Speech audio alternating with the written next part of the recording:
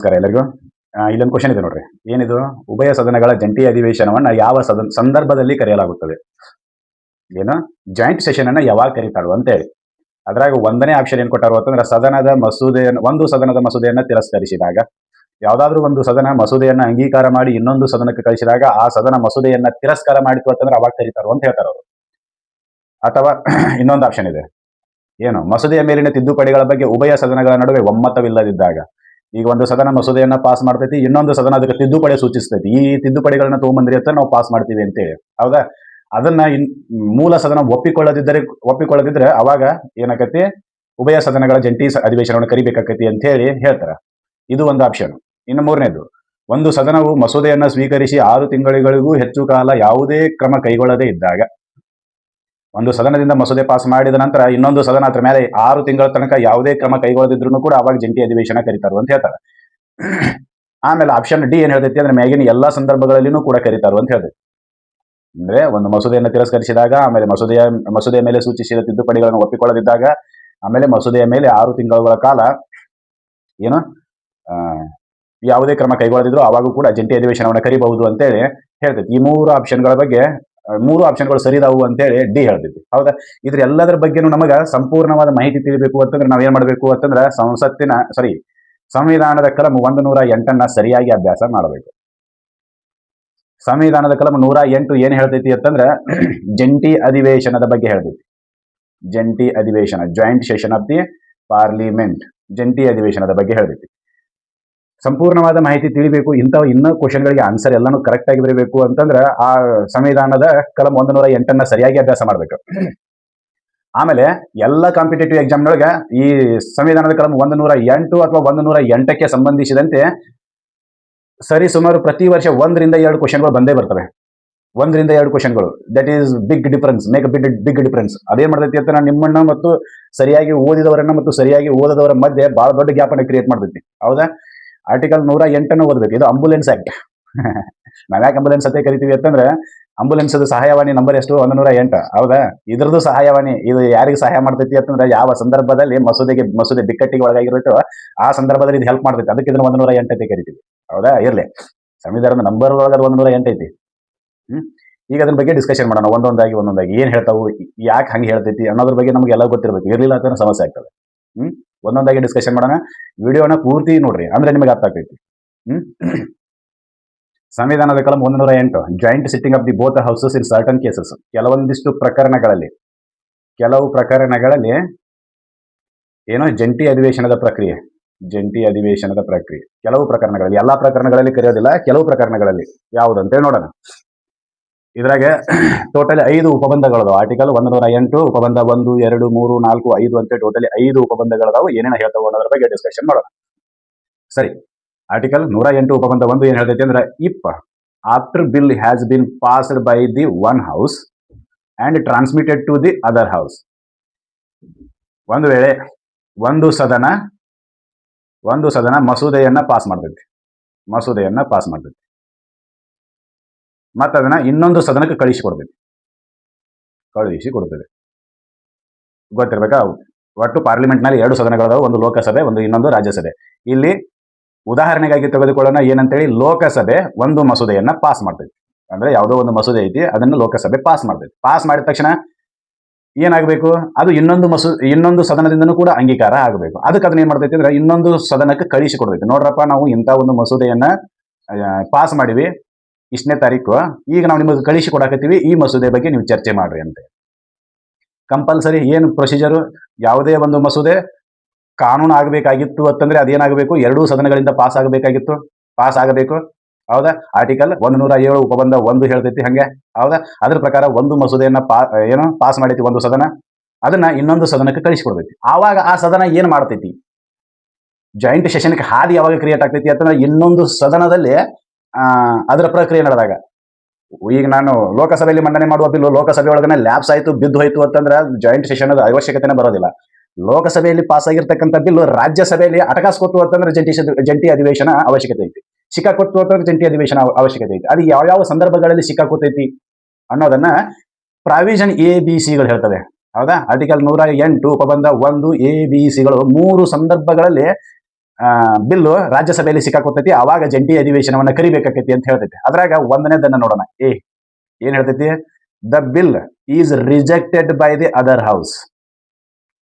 ಲೋಕಸಭೆಯಿಂದ pass ಮಾಡಿರ್ತಕ್ಕಂಥ bill ರಾಜ್ಯಸಭೆಗೆ ಹೋಗ್ತೈತಿ. ರಾಜ್ಯಸಭೆ ಏನ್ ಮಾಡ್ತೈತಿ ಅಂದ್ರೆ ಆಲ್ ಟುಗೆದರ್ ರಿಜೆಕ್ಟ್ ಮಾಡಿಬಿಡ್ತೈತಿ. ನೀವೆಂತ ಬಿಲ್ ತಗೊಂಬಂದಿರೋ, ಶಣ್ಣಾರದಿರೋ, ಹುಚ್ಚದಿರೋ, ಇದನ್ನ ಒಪ್ಕೊಳ್ಳಂಗಿಲ್ಲ ಅಂತ ರಿಜೆಕ್ಟ್ ಮಾಡ್ತೈತಿ. ಆವಾಗ ಜಂಟಿ ಅಧಿವೇಶನ ಕರಿಬೇಕಾಕೈತಿ. ಯಾಕಂತಂದ್ರೆ ಬಿಲ್ ಈಸ್ ಲೋಕಸಭೆದವ್ರು ಏನ್ ಅನ್ಕೊಂಡಿರ್ತಾರೋ ಅಂತಂದ್ರೆ this bill is more important ಅಂತ ಅನ್ಕೊಂಡಿರ್ತಾರ. ರಾಜ್ಯಸಭೆದವ್ರು ಏನಂತಾರೋ ಅಂತಂದ್ರೆ this is non sense bill ಅಂತ ಅನ್ಕೊಂತಾರೆ. ಆವಾಗ ಅವರು ರಿಜೆಕ್ಟ್ ಮಾಡ್ತಾರೆ. ನಾವು ಇದನ್ನ ಚರ್ಚೆ ಮಾಡೋದಿಲ್ಲ, ಇದ್ರೊಳಗಿಂದ ಯಾವ್ದು ಪ್ರಾವಿಷನ್ಗಳು ಸರಿ ಇಲ್ಲ, ಈ ಬಿಲ್ ಉಪಯೋಗ ಇಲ್ಲ ಅಂತ ರಿಜೆಕ್ಟ್ ಮಾಡ್ತಾರೆ.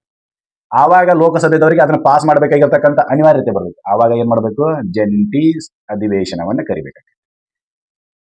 ಜಂಟಿ ಅಧಿವೇಶನ ಹಿಂಗೆ ಆಗೈತ್ರಿ ಬಿಲ್, ನೀವು ಜಂಟಿ ಅಧಿವೇಶನ ಕರೀರಿ ಅಂತೇಳಿ ರಾಷ್ಟ್ರಪತಿಗೆ ರಿಕ್ವೆಸ್ಟ್ ಕಳಿಸ್ಬೇಕು. ಹೌದಾ? ಆವಾಗ ರಾಷ್ಟ್ರಪತಿ ಅವ್ರು ನೋಡಿ ಜಂಟಿ ಅಧಿವೇಶನವನ್ನು ಕರೀತಾರೆ. ಅದು ಸೆಕೆಂಡ್ರಿ. ಈಗ ಸಂದರ್ಭಗಳು ಹೇಳಕತ್ತೀವಿ. ಒಂದು ಮಸೂದೆಯನ್ನ ಒಂದು ಸದನ ಪಾಸ್ ಮಾಡಿತ್ತು, ಇನ್ನೊಂದು ಸದನ ಅದನ್ನ ಆಲ್ ಟುಗೆದರ್ ರಿಜೆಕ್ಟ್ ಮಾಡಿತ್ತು ಅಂತಂದ್ರೆ, ಒಟ್ಟ ಟೋಟಲಿ ಒಂದು ಅಂಶ ಬಿಡ್ಲಾರ್ದಂಗೆ ರಿಜೆಕ್ಟ್ ಮಾಡಿತ್ತು ಅಂತಂದ್ರೆ ಜಂಟಿ ಅಧಿವೇಶನದ ಅವಶ್ಯಕತೆ ಬರ್ತೈತಿ. ಹೌದಾ? ಇದು ಒಂದನೇ ಸಂದರ್ಭ. ಇನ್ನು ಎರಡನೇ ಸಂದರ್ಭ ಯಾವಾಗ? The house have finally disagreed as to amendments to made in bill. ತಿದ್ದುಪಡಿಗಳನ್ನು ಸೂಚನೆ ಮಾಡಿದಾಗ ಆ ತಿದ್ದುಪಡಿಗಳನ್ನ ಒಂದು ಸದನ ಒಪ್ಪಿಕೊಳ್ಳದಿದ್ದರೆ ಅವಾಗೂ ಕೂಡ ಜಂಟಿ ಅಧಿವೇಶನ ಕರಿಬೇಕಾಗಿತ್ತು. ಫಾರ್ ಎಕ್ಸಾಂಪಲ್ ಈಗ ಮತ್ತೆ ಅದನ್ನ ಹೇಳ್ತೀನಿ ನೋಡ್ರಿ. ಲೋಕಸಭೆ ಬಿಲ್ ಪಾಸ್ ಮಾಡ್ತೈತಿ, ಅದನ್ನ ರಾಜ್ಯಸಭೆ ಕಳಿಸ್ಕೊಡ್ತೈತಿ. ರಾಜ್ಯಸಭೆ ಏನ್ ಮಾಡ್ತೈತಿ ಅಂತಂದ್ರೆ ಕೆಲವೊಂದಿಷ್ಟು ಅಮೆಂಡ್ಮೆಂಟ್ಗಳನ್ನ ಸೂಚನೆ ಮಾಡ್ತೈತಿ, ತಿದ್ದುಪಡಿಗಳನ್ನ ಸೂಚನೆ ಮಾಡ್ತೈತಿ. ನೀವು ತಂದಿರ್ತಕ್ಕಂಥ ಬಿಲ್ ಕರೆಕ್ಟ್ ಐತ್ರಿ, ಆದ್ರೆ ಈ ಕೆಲವೊಂದಿಷ್ಟು ಕರೆಕ್ಷನ್ ಅನ್ನ ಮಾಡಿದ್ರಿ ಅಂತಂದ್ರೆ, ಇಂತಿಂತ ಪದಗಳನ್ನ ಸೇರಿಸಿದ್ರಿ ಅಂತ, ಅಥವಾ ಇಂತಿಂತ ಲೈನ್ಗಳನ್ನ ಸೇರಿಸಿರಿ, ಅಥವಾ ಇಂಥ ವಿಷಯಗಳನ್ನ ಅದ್ರಾಗ ಸೇರಿಸಿರಿ, ಅಥವಾ ಇಂಥ ವಿಷಯಗಳನ್ನ ಅದರಿಂದ ತೆಗೆದ್ರಿ ಅಂತಂದ್ರೆ ನಾನು ಇದನ್ನ ಪಾಸ್ ಮಾಡ್ತೀನಿ ಅಂತ ಹೇಳ್ತೈತಲ್ಲ. ಹೌದಾ? ತಿದ್ದುಪಡಿಗಳನ್ನ ಸೂಚನೆ ಮಾಡಿ ಮತ್ತೆ ತಿರುಗಿ ಏನ್ ಕಳಿಸ್ತೈತಿ ಅಂತಂದ್ರೆ ಲೋಕಸಭೆ ಕಳಿಸ್ತೈತಿ.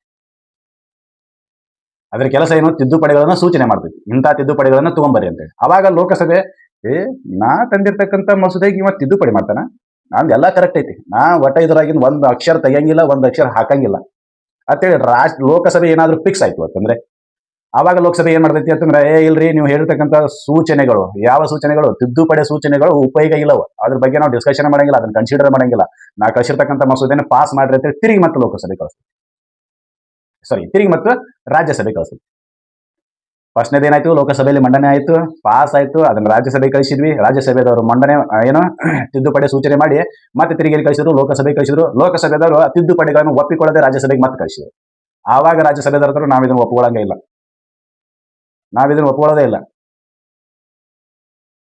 ತಿದ್ದುಪಡಿ ಆಗಬೇಕು ಅಂದ್ರೆ ಮಸೂದೆ ಪಾಸ್ ಆಗ್ತೈತಿ, ಇರಲಿಲ್ಲ ಅಂದ್ರೆ ಆಗುದಿಲ್ಲ ಅಂದ್ರೆ ಅಂತೀವಿ. ಆವಾಗಲೂ ಕೂಡ ಜಂಟಿ ಅಧಿವೇಶನ ಬರ್ತೈತಿ. ತಿದ್ದುಪಡಿಗಳನ್ನು ಒಪ್ಪಿಕೊಂಡ್ರು ಅಂತಂದ್ರೆ ಬಿಲ್ ಪಾಸ್ ಆಗೋದು, ಏನು ತೊಂದರೆ ಇಲ್ಲ. There is no need of the joint session. ತಿದ್ದುಪಡಿಗಳನ್ನು ಒಪ್ಪಿಕೊಳ್ಳಿಲ್ಲ ಅಂತಂದ್ರೆ ಜಾಯಿಂಟ್ ಸೆಷನ್ ಪಿಕ್ಚರ್ಗೆ ಬರ್ತೈತಿ, ನಾಟಕ ಮಾಡಕ್ ಬರ್ತೈತಿ. ಹೌದಾ? ಏನಾಯ್ತು? ಅಮೆಂಡ್ಮೆಂಟ್ಗಳನ್ನು ಒಪ್ಪಿಕೊಳ್ಳದಿದ್ದಾಗಲೂ ಕೂಡ ಏನಾಕೈತಿ? ಸಂವಿಧಾನ 108 ಕಲಂನ ಪ್ರಕಾರ ಜಂಟಿ ಅಧಿವೇಶನವನ್ನು ಕರೆಯಲು ಅವಕಾಶವನ್ನ ಮಾಡಿಕೊಡ್ತೀವಿ. ಒಂದನೇದು. ಇನ್ನ ಮೂರನೇದು ಒಂದೈತಿ, ಆರ್ಟಿಕಲ್ 108 ಉಪಬಂಧ AB ನೋಡಿದ್ವಿ. ಇನ್ನು C ಒಂದೈತಿ, ಅದೇನ್ ಹೇಳ್ತೈತಿ ಅನ್ನೋದು ನೋಡೋಣ. C ಏನ್ ಹೇಳ್ತೈತಿ ಅಂದ್ರೆ, more than 6 months elapse from the date of reception of the bill by the other house without bill being passed by it. ಇಲ್ಲಿ ಒಂದು ಕರಾಮತಿ ಮಾಡ್ತಾರೆ. ಇವ್ರು ಏನ್ ಮಾಡ್ತಾರೋ ಅಂತಂದ್ರೆ, ಈ ಮತ್ತೊಂದು ಹೇಳ್ತೀನಿ, ಅದ ಲೋಕಸಭೆಯಿಂದ ಶುರು ಮಾಡೋಣ. ಲೋಕಸಭೆ ಬಿಲ್ ಪಾಸ್ ಮಾಡಿತು, ಅದನ್ನ ರಾಜ್ಯಸಭೆ ಕಳಿಸ್ತು. ರಾಜ್ಯಸಭೆದವ್ರು ಏನ್ ಮಾಡಿದ್ರು ಅಂತಂದ್ರ, ಇವತ್ತು ತಾರೀಕು ಅಷ್ಟು 5/6/2026 ಆ ಬಿಲ್ ಅನ್ನ ರಿಸೀವ್ ಮಾಡ್ಕೊಂಡು ಅದ್ರ ಮೇಲೆ ಏನೂ ಕ್ರಮ ಕೈಗೊಳ್ಳೋದಿಲ್ಲ. ಅವರು ಯಾವುದೇ ಕ್ರಮ ಕೈಗೊಳ್ಳದೆ 6 ತಿಂಗಳ ಕಾಲ ಹಂಗ ಇಟ್ಕೊಂಡು ಕೂತಾರೆ.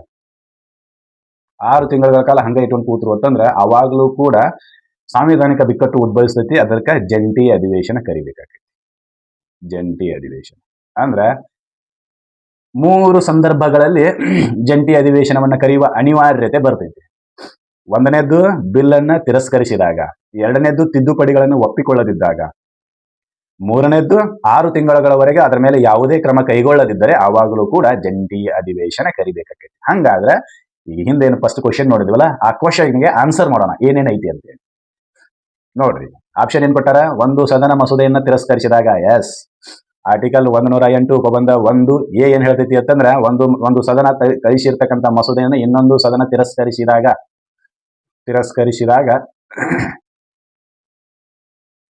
ತಿರಸ್ಕರಿಸಿದಾಗ ಜಂಟಿ ಅಧಿವೇಶನ ಕರಿಬೇಕಾಗೈತಿ. ಹೌದಾ? ಅದು ರೈಟ್ ಆನ್ಸರ್. ಆಮೇಲೆ ಆರ್ಟಿಕಲ್ 108 ಉಪಬಂಧ 1 ಬಿ ಏನ್ ಹೇಳ್ತೈತಿ? ಮಸೂದೆಯ ಮೇಲಿನ ತಿದ್ದುಪಡಿಗಳ ಬಗ್ಗೆ ಉಭಯ ಸದನಗಳ ನಡುವೆ ಒಮ್ಮತವಿಲ್ಲದಿದ್ದಾಗ, ಅಂದ್ರೆ ತಿದ್ದುಪಡಿಗಳನ್ನ ಯಾರು ಒಪ್ಪಿಕೊಳ್ಳದೇ ಇದ್ದಾಗ ಆವಾಗ್ಲೂ ಕೂಡ ಜಂಟಿ ಅಧಿವೇಶನ ಕರಿಬೇಕಾಕೈತಿ. ಹೌದಾ? ಈ ಸಂದರ್ಭವೂ ಕೂಡ ಸರಿ. ಇನ್ನೊಂದು ಆರ್ಟಿಕಲ್ 108 ಉಪಬಂಧ 1 ಸಿ ಏನ್ ಹೇಳ್ತೈತಿ? ಒಂದು ಸದನವು ಮಸೂದೆಯನ್ನ ಸ್ವೀಕರಿಸಿ 6 ತಿಂಗಳಿಗೂ ಹೆಚ್ಚು ಕಾಲ ಯಾವುದೇ ಕ್ರಮ ಕೈಗೊಳ್ಳದಿದ್ದರೆ ಆವಾಗಲೂ ಕೂಡ ಅಧಿವೇಶನವನ್ನ ಕರಿಬೇಕಾಗತ್ತೆ. ಹಂಗಾದ್ರೆ ಈ ಮ್ಯಾಗಿನ 3 ಆಪ್ಷನ್ಗಳಲ್ಲಿ ಯಾವುದು ಸರಿ ಅಂತ ಕೇಳಿದ್ರೆ ಡಿ ಆನ್ಸರ್, ಎಲ್ಲವೂ ಸರಿ. ನಾವೇನ್ ಮಾಡ್ತೀವಿ ಅಂತಂದ್ರೆ ಎಕ್ಸಾಮ್ನ ಪ್ರೆಷರ್ ಒಳಗೆ, ಹರಿಬರಿ ಒಳಗೆ ಏನ್ ಮಾಡ್ತೀವಿ ಅಂತಂದ್ರೆ ಪೂರ್ಣ ಕ್ವಶನ್ ಓದಲಾರ್ದ ಮ್ಯಾಗಿನ ಒಂದು ನೋಡ್ತೀವಿ. ಒಂದು ಸದನ ಮಸೂದೆಯನ್ನು ತಿರಸ್ಕರಿಸಿದಾಗ ಎಸ್ ಎ ರೈಟ್, ಅದಕ್ಕೆ ಬರಾಬರ್ ಟಿಕ್ ಹಾಕಿ ಎದ್ದು ಬಂದ್ಬಿಡ್ತೀವಿ. ಕೆಳಗೆ ನೋಡ್ಬೇಕು ಏನೈತಿ. ನೀವು ಎಲ್ಲಿವರೆಗೂ ಡೀಪಿಗೆ ಇಳಿಯೋದಿಲ್ವೋ, ಆಳಕ್ಕೆ ಇಳಿಯೋದಿಲ್ವೋ, ಅದ್ರ ಅಳತೆ ಸಿಗೋದೇ ಇಲ್ಲ. ಆಳಕ್ಕೆ ಇಳಿಬೇಕು ಮೊದಲು, ಏನೈತಿ ಅಂತೇಳಿ ಗೊತ್ತಾಗಬೇಕು. ಆವಾಗ ಹೆಂಗ ಬೇಕಾದಂಗ ಆಟ ಆಡ್ಬೋದು. ಆಳಕ್ಕೆ ಇಳಿಲಾರ್ದೆ ಇದಿಷ್ಟ ಐತಿ ತಗೋ ಅಂತೇಳಿ ನಾವು ನೀರ್ನಾಗ ಜಿಗಿದ್ವಿ ಅಂತಂದ್ರೆ ಪಾತಾಳಕ್ಕೆ ಎಳಿತೈತಿ. ಅದು ಗೊತ್ತಿರ್ಬೇಕು ನಮಗೆ. ಅದನ್ನ ಹೇಳ್ತೀವಿ ನಾವು ಏನಂತೇವಿ, ಒಬ್ಬ ವ್ಯಕ್ತಿ ಬುದ್ಧನಾಗ ಹೊರಟರೆ ಆತನಿಗೆ ಬದ್ಧತೆ ಅನ್ನೋದು ಇರಲೇಬೇಕು. ಬದ್ಧತೆ ಅಂತಂದ್ರೆ ಕಂಟಿನ್ಯೂಸ್ ಪರ್ಫಾರ್ಮೆನ್ಸ್ ಇರಬೇಕು. ಬದ್ಧತೆ ಅಂತಂದ್ರೆ ಪೂರ್ಣ ಆಳದ ಜ್ಞಾನ ಇರಬೇಕು. ಬದ್ಧತೆ ಅಂದ್ರೆ ಅದಕ್ಕೆ ಕನ್ಸಿಸ್ಟೆಂಟ್ ಆಗಿರ್ಬೇಕು. ಹೌದಾ? ನಾವು ಯಾವಾಗಿದ್ರು ಓದಾಕ ಬಂದಿವಿ ಅಂದ ಬಳಿಕ ಆಳವಾಗಿ ಓದಬೇಕು. ಅದು ನೌಕರಿ ಸಿಗ್ತೈತೋ ಬಿಡ್ತೈತೋ ಸೆಕೆಂಡರಿ. ಯಾವಾಗೋ ಒಂದ್ಸಲ ಡಿಸ್ಕಷನ್ ಮಾಡಕತ್ತೇಳಿ ನಿಮ್ಗೆ ಕರೆದ್ರು, ನಿನಗೆ ಯಾಕೆ ನೌಕರಿ ಸಿಕ್ಕಿಲ್ಲ ಹೇಳ್ತಾನೆ ಬಾ ಅಂತೇಳಿ ಯಾವ ಒಬ್ಬ ಟಿಂಗಲ್ ಮಾಡಕ್ ನಿನ್ನ ಕರದ ಅಂತಂದ್ರೆ ಅವಾಗ ಹೇಳ್ಬೇಕಣ್ಣ, ನನ್ನ ಹಣೆ ಬರ ಕೆಟ್ಟಿತ್ತು ಅದಕ್ಕೆ ನೌಕರಿ ಸಿಗಲಿಲ್ಲ, ಹೊರತಾಗಿ ಇದೆಲ್ಲ ನನಗೆ ಮೊದಲೇನ ಗೊತ್ತಾಕೈತಿ, ಭಾಳ ಜಿಗದಾಡಬೇಡಪ್ಪ ಅಂತ ಹೇಳಾಕಾದ್ರೂ ನೀವು ಇದನ್ನ ಕಲಿಬೇಕಾಕೈತಿ. ಹೌದಾ? ಇರ್ಲಿ, ಸಾರಿ, ಸ್ವಲ್ಪ ಕೋಲ್ಡ್ ಆಗೈತಿ ಧ್ವನಿ, ನಿಮಗೆ ಅಷ್ಟು ಇದನ್ನ ಅನಿಸ್ತಿರ್ಲಿಕ್ಕಿಲ್ಲ. ಆದ್ರೂ ಕ್ಲಾಸ್ ಮಾಡೋಣ, ಏನಕ್ಕೈತಿ ನೋಡೋಣ. ಈಗ ಇದು ಒಂದು ಮುಗಿತು, ಇನ್ನ 5 ಅದಾವ. ಅದ್ರಾಗಿನ ಇನ್ನ 2 ಹೇಳ್ಬೇಕು ನಾನು. ಅದ್ರಾಗಿನೂ ಈಗ ಒಂದು ಮುಗಿದೈತಿ, ಉಳ್ಕದ್ದು ಎಲ್ಲಾನು ಡಿಸ್ಕಷನ್ ಮಾಡ್ಬೇಕು ನಾವೀಗ. ಮಾಡೋಣ. ಇಲ್ಲಿ ಒಂದು ಕಂಡೀಷನ್ ಹಾಕ್ತಾರೆ. ಏನು? ಜಂಟಿ ಅಧಿವೇಶನ ಕರಿಬೇಕಾದ್ರೆ ಒಂದು ಕಂಡೀಷನ್ ಇದೆ. ಆ ಕಂಡೀಷನ್ ಏನು ಅಂತೇಳಿ ನೋಡೋಣ. The president may unless the bill has lapse by reason of dissolution of the house of the people. ಒಂದು ಕಾರಣ ಹೇಳ್ತೈತಿ. ಏನು? ಯಾವ ಕಾರಣ ಅದು? ಯಾವ ಕಾರಣ ಅಂತ ಕೇಳಿದ್ರೆ ಲೋಕಸಭೆ ವಿಸರ್ಜನೆಯ ಕಾರಣ. ಲೋಕಸಭೆಯ ವಿಸರ್ಜನೆಯ ಕಾರಣ. ಇಲ್ಲಿ ಪ್ರೆಸಿಡೆಂಟ್ನ ಕಾರ್ಯಗಳು ಹೇಳ್ತಾರೆ, ಅದನ್ನು ಪೂರ್ಣವಾಗಿ ಓದಿದಾಗ ಗೊತ್ತಾಗತ್ತೆ. ಹೇಳ್ತೀನಿ. Notify me to house by message if they are sitting, or by public notification if they are not sitting. His intention to summon them to meet a joint sitting for purpose of deliberating and voting on the bill. ಇಲ್ಲಿಷ್ಟೇ. ಏನನ್ನೋದು ವಿಶೇಷವಾಗಿ ನೋಡೋಣ. ರಾಜ್ಯ ಏನು ಈಗ ಬಿಕ್ಕಟ್ಟು, ಸಂವಿಧಾನಿಕ ಬಿಕ್ಕಟ್ಟು ಉದ್ಭವ ಆಯಿತು. ಅಂದ್ರೆ ಲೋಕಸಭೆನೂ ಒಪ್ಪುಗೊಳಕ್ತಾ ಇರಲಿಲ್ಲ, ರಾಜ್ಯಸಭೆನೂ ಒಪ್ಪುಗೊಳಕ್ತಾ ಇರಲಿಲ್ಲ. ಆವಾಗ ರಾಷ್ಟ್ರಪತಿಗಳು ಏನ್ ಮಾಡ್ತಾರೋ ಅಂತಂದ್ರ, ಸದನಗಳು ಏನಾದ್ರೂ ಸಿಟ್ಟಿಂಗ್ನಾಗಿದ್ದು ಅಂದ್ರೆ ಅಧಿವೇಶನದಾಗಿದ್ದು ಅಂತಂದ್ರೆ ಒಂದು ಸಂದೇಶವನ್ನ ಕಳಿಸ್ತಾರೆ. ಏನಂತೇಳಿ, ಈ ವಿಷಯದ ಮೇಲೆ, ಇಂಥ ಮಸೂದೆಯ ಮೇಲೆ ನಾನು ಜಂಟಿ ಅಧಿವೇಶನವನ್ನ ಕರಿಬೇಕಂತ ಮಾಡಿ. ಅಧಿವೇಶನದೊಳಗೆ ಇರಲಿಲ್ಲ ಅಂತಂದ್ರೆ ಪಬ್ಲಿಕ್ ನೋಟಿಫಿಕೇಶನ್ ಮಾಡ್ತಾರೆ, ಸಾರ್ವಜನಿಕ ನೋಟಿಸ್ ಅನ್ನು ಹಚ್ತಾರೆ. ಈ ವಿಷಯದ ಮಸೂದೆಗಳಿಗೆ ಸಂಬಂಧಿಸಿದಂತೆ ನಾನು ಏನ್ ಮಾಡಮದನಿ ಅಂತಂದ್ರೆ ಜಂಟಿ ಅಧಿವೇಶನವನ್ನ ಕರೆಯಾಮದನಿ ಅಂತ ಹೇಳಿ. ಯಾವ ಉದ್ದೇಶಕ್ಕಾಗಿ? ಆ ಮಸೂದೆಯ ಮೇಲೆ ಚರ್ಚೆ ಮಾಡಿ ವೋಟಿಂಗ್ ಮಾಡಕ ನಾನು ನಿಮ್ಮನ್ನು ಜಂಟಿ ಅಧಿವೇಶನವನ್ನ ಕರೆಯಾಮದನಿ ಅಂತ ಹೇಳಿದ್ವಿ. ಹಿಂಗೆ ಏನಾದ್ರೂ ನೋಟಿಫಿಕೇಶನ್ ಮಾಡಿದ ನಂತರ ಲೋಕಸಭೆ ಏನಾದ್ರೂ ವಿಸರ್ಜನೆ ಆಯಿತು ಅಂತಂದ್ರೆ, ಲೋಕಸಭೆ ವಿಸರ್ಜನೆ ಆಯಿತು ಅಂತಂದ್ರೆ ಆವಾಗ ಈ ಬಿಲ್ಲು ಲ್ಯಾಪ್ಸ್ ಆಗೋದಿಲ್ಲ. ಆರ್ಟಿಕಲ್ 107 ಉಪಬಂಧ 5 ಹೇಳ್ತೈತಿ. ಏನು? Subject to condition of the article 108. ಸಂವಿಧಾನದ ಕಲಂ 108ಕ್ಕೆ ಸಂಬಂಧಿಸಿದಂತೆ ಲೋಕಸಭೆ ಮಸೂದೆಯನ್ನ ಪಾಸ್ ಮಾಡಿ ಡಿಸಾಲ್ವ್ ಆಗಿತ್ತು ಅಂತಂದ್ರೆ, ಅಥವಾ ಮಸೂದೆ ತನ್ನ ಹತ್ರನೇ ಇದ್ದು ಡಿಸಾಲ್ವ್ ಆಗಿತ್ತು ಅಂದ್ರೆ ಆ ಮಸೂದೆ ಲ್ಯಾಪ್ಸ್ ಆಕೈತಿ ಅಂತೇಳಿ ಆರ್ಟಿಕಲ್ 107 ಉಪಬಂಧ 5 ಹೇಳ್ತೈತೆ. ಅದನ್ನ ನಿನ್ನೆ ಚರ್ಚೆ ಮಾಡಿವಿ. ಇಲ್ಲಿ ಕಂಡೀಷನ್ ಏನ್ ಹಾಕಿದ್ರು ಅವರು ಆರ್ಟಿಕಲ್ 7 ಉಪಬಂಧ 5 108ಕ್ಕೆ ಷರತ್ತುಗಳಿಗೆ ಒಳಪಟ್ಟಂತೆ. ಇಲ್ಲಿ ಷರತ್ತು ಏನು? ಯಾವಾಗ ರಾಷ್ಟ್ರಪತಿ ನೋಟಿಫಿಕೇಶನ್ ಮಾಡಿರ್ತಾರೋ, ನಾನು ವಿಷಯಕ್ಕೆ ಸಂಬಂಧಿಸಿದಂತೆ ಅಥವಾ ಮಸೂದೆಗೆ ಸಂಬಂಧಿಸಿದಂತೆ ಏನ್ ಮಾಡಾಮದೀನಿ, ಜಂಟಿ ಅಧಿವೇಶನವನ್ನ ಕರೆಯೋಣಿದೀನಿ ಅಂತೇಳಿ ಮಾಹಿತಿ ಅಥವಾ ನೋಟಿಸಿನ ಮೂಲಕ ಹೇಳಿದ್ರು ಅಂತಂದ್ರೆ, ಒಂದು ವೇಳೆ ಹೇಳಿದಾದ ನಂತರ ಒಂದು ವೇಳೆ ಲೋಕಸಭೆ ಡಿಸಾಲ್ವ್ ಆಯ್ತು ಅಂತಂದ್ರೆ, ಲೋಕಸಭೆ ವಿಸರ್ಜನೆ ಆಯ್ತು ಅಂತಂದ್ರೆ ಆ ಮಸೂದೆಗೆ ಏನು ಧಕ್ಕೆ ಆಗುವುದಿಲ್ಲ. ಯಾಕಂದ್ರೆ ಮುಂದೆ ಬರುವ ಅಥವಾ ಹೊಸದಾಗಿ ಸೇರುವ ಲೋಕಸಭೆ ಆ ಅಧಿವೇಶನಕ್ಕೆ ಬಂದ ನಂತರ ಜಂಟಿ ಅಧಿವೇಶನವನ್ನ ಸೇರಬಹುದು. ಆದ್ರೆ ರಾಷ್ಟ್ರಪತಿ ನೋಟಿಫಿಕೇಶನ್ ಮಾಡಿರ್ಲಿಲ್ಲ ಅಂತಂದ್ರೆ ಆ ಮಸೂದೆ ಲ್ಯಾಪ್ಸ್ ಆಕೈತೆ. ರಾಷ್ಟ್ರಪತಿ ಜಂಟಿ ಅಧಿವೇಶನದ ಬಗ್ಗೆ ನೋಟಿಫಿಕೇಶನ್ ಮಾಡಿರ್ಲಿಲ್ಲ ಅಂದ್ರೆ ಲ್ಯಾಪ್ಸ್ ಆಗ್ತೈತಿ. ಯಾವಾಗ? ಲೋಕಸಭೆ ಡಿಸಾಲ್ವ್ ಆದಾಗ. ಒನ್ ಕಂಡೀಷನ್ ಈಸ್ ಆರ್ಟಿಕಲ್ 108 ಏನದಂದ್ರೆ ಲೋಕಸಭೆ ಡಿಸಾಲ್ವ್ ಒಂದೇ ಕಂಡೀಷನ್. ಲೋಕಸಭೆ ಡಿಸಾಲ್ವ್ ಇರಲಿಲ್ಲ ಅಂತಂದ್ರೆ there is no need of the condition. 108 ಪ್ರಕಾರ ನೀವು ಯಾವಾಗಾದ್ರೂ ಅಧಿವೇಶನವನ್ನ ಸೇರಬಹುದು. ಯಾವಾಗಾದ್ರೂ ಅಂತಂದ್ರೆ ರಾಷ್ಟ್ರಪತಿ ಡಿಟರ್ಮೈನ್ ಮಾಡ್ತಾರೆ, ಅದನ್ನ ತಾರೀಕು ಸಮಯವನ್ನ ನಿರ್ಧಾರ ಮಾಡ್ತಾರೆ. ಅದ್ರ ಬಗ್ಗೆ ಮುಂದೆ ನೋಡೋಣ. ಐತಿ ಅದ್ ಕೆಳಗಡೆ ಬರ್ತೈತಿ, ಇನ್ನೂ 5 ಅದಾವು, ಅದ್ರೊಳಗೆ ಬರ್ತೈತಿ. ಒಂದು ಪ್ರೊವೈಡೆಡ್ ಐತಿ. ಏನ್ ಹೇಳ್ತೈತಿ? Provided that nothing in this clause shall apply to money bill. ಅಲ್ಲಿ ಬರೀತಾರೆ ಸಂವಿಧಾನದ ಕಲಂ 109ಕ್ಕೆ ಸಂಬಂಧಿಸಿದಂತೆ ಈ ಏನ್ ಮ್ಯಾಗ ಹೇಳಿವಲ್ಲ ಅವ್ಯಾವು ಇಲ್ಲ ಅಂತ. ಅಂದ್ರ ಫಿಕ್ಸ್ ಆಗಬೇಕು ಯಾವುದಕ್ಕೆ? ಹಣದ ಮಸೂದೆಗೆ. ಹಣದ ಮಸೂದೆಗೆ ಆರ್ಟಿಕಲ್ 109 ಹೇಳ್ತೈತೆ ಹಣದ ಮಸೂದೆಯ ಬಗ್ಗೆ. ಹಣದ ಮಸೂದೆಗೆ ಯಾವುದೇ ರೀತಿಯಾಗಿರ್ತಕ್ಕಂಥ ಜಂಟಿ ಅಧಿವೇಶನ ಇರುವುದಿಲ್ಲ. ಸರ್ ಇದು ಒಂದಕ್ಕೆ ಇಲ್ಲನ್ರಿ ಮತ್ತೆ ಬೇರೆ ಯಾವ್ದಕ್ಕಾರ ಅದಾವನ್ರಿ ಅಂತ ಕೇಳ್ಬೋದು. ಸಾಮಾನ್ಯ ಮಸೂದೆಗಾಗಿ ಜಂಟಿ ಅಧಿವೇಶನ ಇದೆ, ಆದರೆ ಹಣದ ಮಸೂದೆಗೆ ಜಂಟಿ ಅಧಿವೇಶನ ಇಲ್ಲ. ಇನ್ನೂ ಒಂದು ಐತಿ, ಸಂವಿಧಾನದ ತಿದ್ದುಪಡಿ ಮಸೂದೆ, ಅದಕ್ಕೂ ಕೂಡ ಜಂಟಿ ಅಧಿವೇಶನ ಇಲ್ಲ. ನೆನಪಿರ್ಬೇಕು. ಜಂಟಿ ಅಧಿವೇಶನ ಇಲ್ಲದ ಮಸೂದೆಗಳು ಯಾವುವು ಅಂತ ಕೇಳಿದ್ರೆ ಒಂದು ಹಣದ ಮಸೂದೆ, ಇನ್ನೊಂದು ಸಂವಿಧಾನದ ತಿದ್ದುಪಡಿ ಮಸೂದೆ. ಇವೆರಡೂ ಗೊತ್ತಿರ್ಬೇಕು ನಮಗೆ. ಜಂಟಿ ಅಧಿವೇಶನ ಇರುವುದಿಲ್ಲ ಯಾವುದಕ್ಕೆ? ಆರ್ಟಿಕಲ್ 109 ಅಂಡ್ ಆರ್ಟಿಕಲ್ 368 ಇವೆರಡು ಏನ್ ಹೇಳ್ತವೆ? ಆರ್ಟಿಕಲ್ 368 ಸಂವಿಧಾನದ ತಿದ್ದುಪಡಿ ಮಸೂದೆಯ ಬಗ್ಗೆ ಹೇಳ್ತೈತಿ, ಅದಕ್ಕೂ ಕೂಡ ಜಂಟಿ ಅಧಿವೇಶನ ಇರುವುದಿಲ್ಲ. ಆಮೇಲೆ ಆರ್ಟಿಕಲ್ 109 ಏನ್ ಹೇಳ್ತೈತಿ? ಹಣದ ಮಸೂದೆಯ ಬಗ್ಗೆ ಹೇಳ್ತೈತಿ, ಇದಕ್ಕೂ ಕೂಡ ಜಂಟಿ ಅಧಿವೇಶನ ಇಲ್ಲ. ನೆಕ್ಸ್ಟ್ ಬರ್ತೈತಿ, ಅದ್ರ ಬಗ್ಗೆ ಡಿಸ್ಕಷನ್ ಮಾಡೋಣ. ಇಲ್ಲಿ ಪ್ರೊವೈಡೆಡ್ ನಾಗ ಬರ್ದಾರೆ ಏನಂತೇಳಿ, article 109 is not concern with article 108.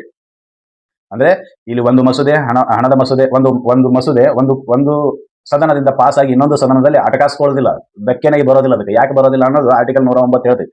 ಅದನ್ನು ಮುಂದಿನ ವಿಡಿಯೋದಲ್ಲಿ ಡಿಸ್ಕಷನ್ ಮಾಡೋಣ. ಅಂದ್ರೆ ಹಣದ ಮಸೂದೆಗಾಗಿ ಜಂಟಿ ಅಧಿವೇಶನದ ಪ್ರಸ್ತಾಪ ಇಲ್ಲವೇ ಇಲ್ಲ, ಇದು ನಮಗೆ ಗೊತ್ತಿರಬೇಕು.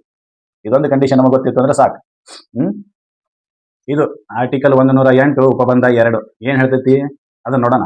ಇದಕ್ಕಂದ್ರೆ ನಾವು ಏನ್ ಮಾಡಿದ್ವಿ ಅಂತಂದ್ರೆ ಆರ್ಟಿಕಲ್ 108 ಉಪಬಂಧ 1C ಅನ್ನ ಡಿಸ್ಕಷನ್ ಮಾಡುವಾಗ 6 ತಿಂಗಳವರೆಗೂ ಬಿಲ್ ರಿಶ್ಯೂ ಆದಿರದಾಗಿಂದ 6 ತಿಂಗಳವರೆಗೂ ಯಾವುದೇ ಕ್ರಮ ಕೈಗೊಳ್ಳದಿದ್ರೆ ಏನು ಸಾಂವಿಧಾನಿಕ ಬಿಕ್ಕಟ್ಟು ಉದ್ಭವ ಆಗ್ತೈತಿ, ಅದಕ್ಕೆ ಜಂಟಿ ಅಧಿವೇಶನ ಕರಿಬೇಕು ಅಂತ ಹೇಳಿದ್ರು. ಹೌದಾ? 6 ತಿಂಗಳ ಕೌಂಟ್ ಹೆಂಗ್ ಮಾಡೋದು? 6 ತಿಂಗಳ ಕೌಂಟ್ ಹೆಂಗ್ ಮಾಡೋದು? ಅದಕ್ಕೆ ಆರ್ಟಿಕಲ್ 108 ಉಪಬಂಧ 2 ಆನ್ಸರ್ ಮಾಡ್ತೈತಿ. ಹೆಂಗ್ ಕೌಂಟ್ ಮಾಡ್ರಿ ಅಂತ. ನಿಮ್ಮ ಮನಸ್ಸಿಗೆ ಬಂದಂಗೆ ಕೌಂಟ್ ಮಾಡೋದಲ್ಲ, ಶನಿವಾರ ರವಿವಾರ ಕೂಡಿಸಿ ಕೌಂಟ್ ಮಾಡೋದಲ್ಲ, ಅಧಿವೇಶನ ಇಲ್ಲದ ದಿನಾನು ಕೂಡಿಸಿ ಕೌಂಟ್ ಮಾಡೋದಲ್ಲ.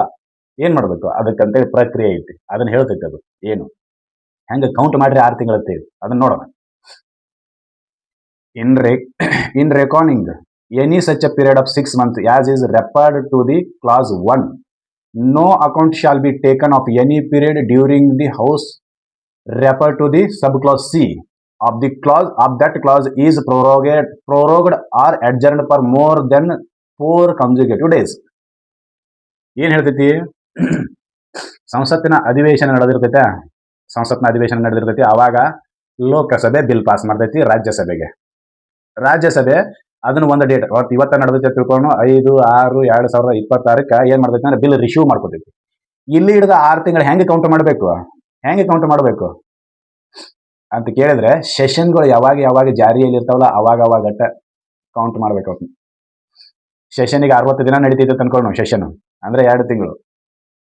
ಈಗ ಬಿಲ್ ರಿಶ್ಯೂ ಆಗೈತಿ. ಈ 2 ತಿಂಗಳ ಅವಧಿಯೊಳಗ ಏನಾದ್ರೂ ಕಂಟಿನ್ಯೂಸ್ ಆಗಿ 4 ದಿನ ಅಡ್ಜರ್ನ್ಮೆಂಟ್ ಮಾಡಿದ್ರು ಅಥವಾ 4 ದಿನ ಪ್ರೋರೋಗೇಷನ್ ಮಾಡಿದ್ರು ಅವಾಗ ಈ 4 ದಿನ ಕೌಂಟ್ ಮಾಡುವಂಗಿಲ್ಲ.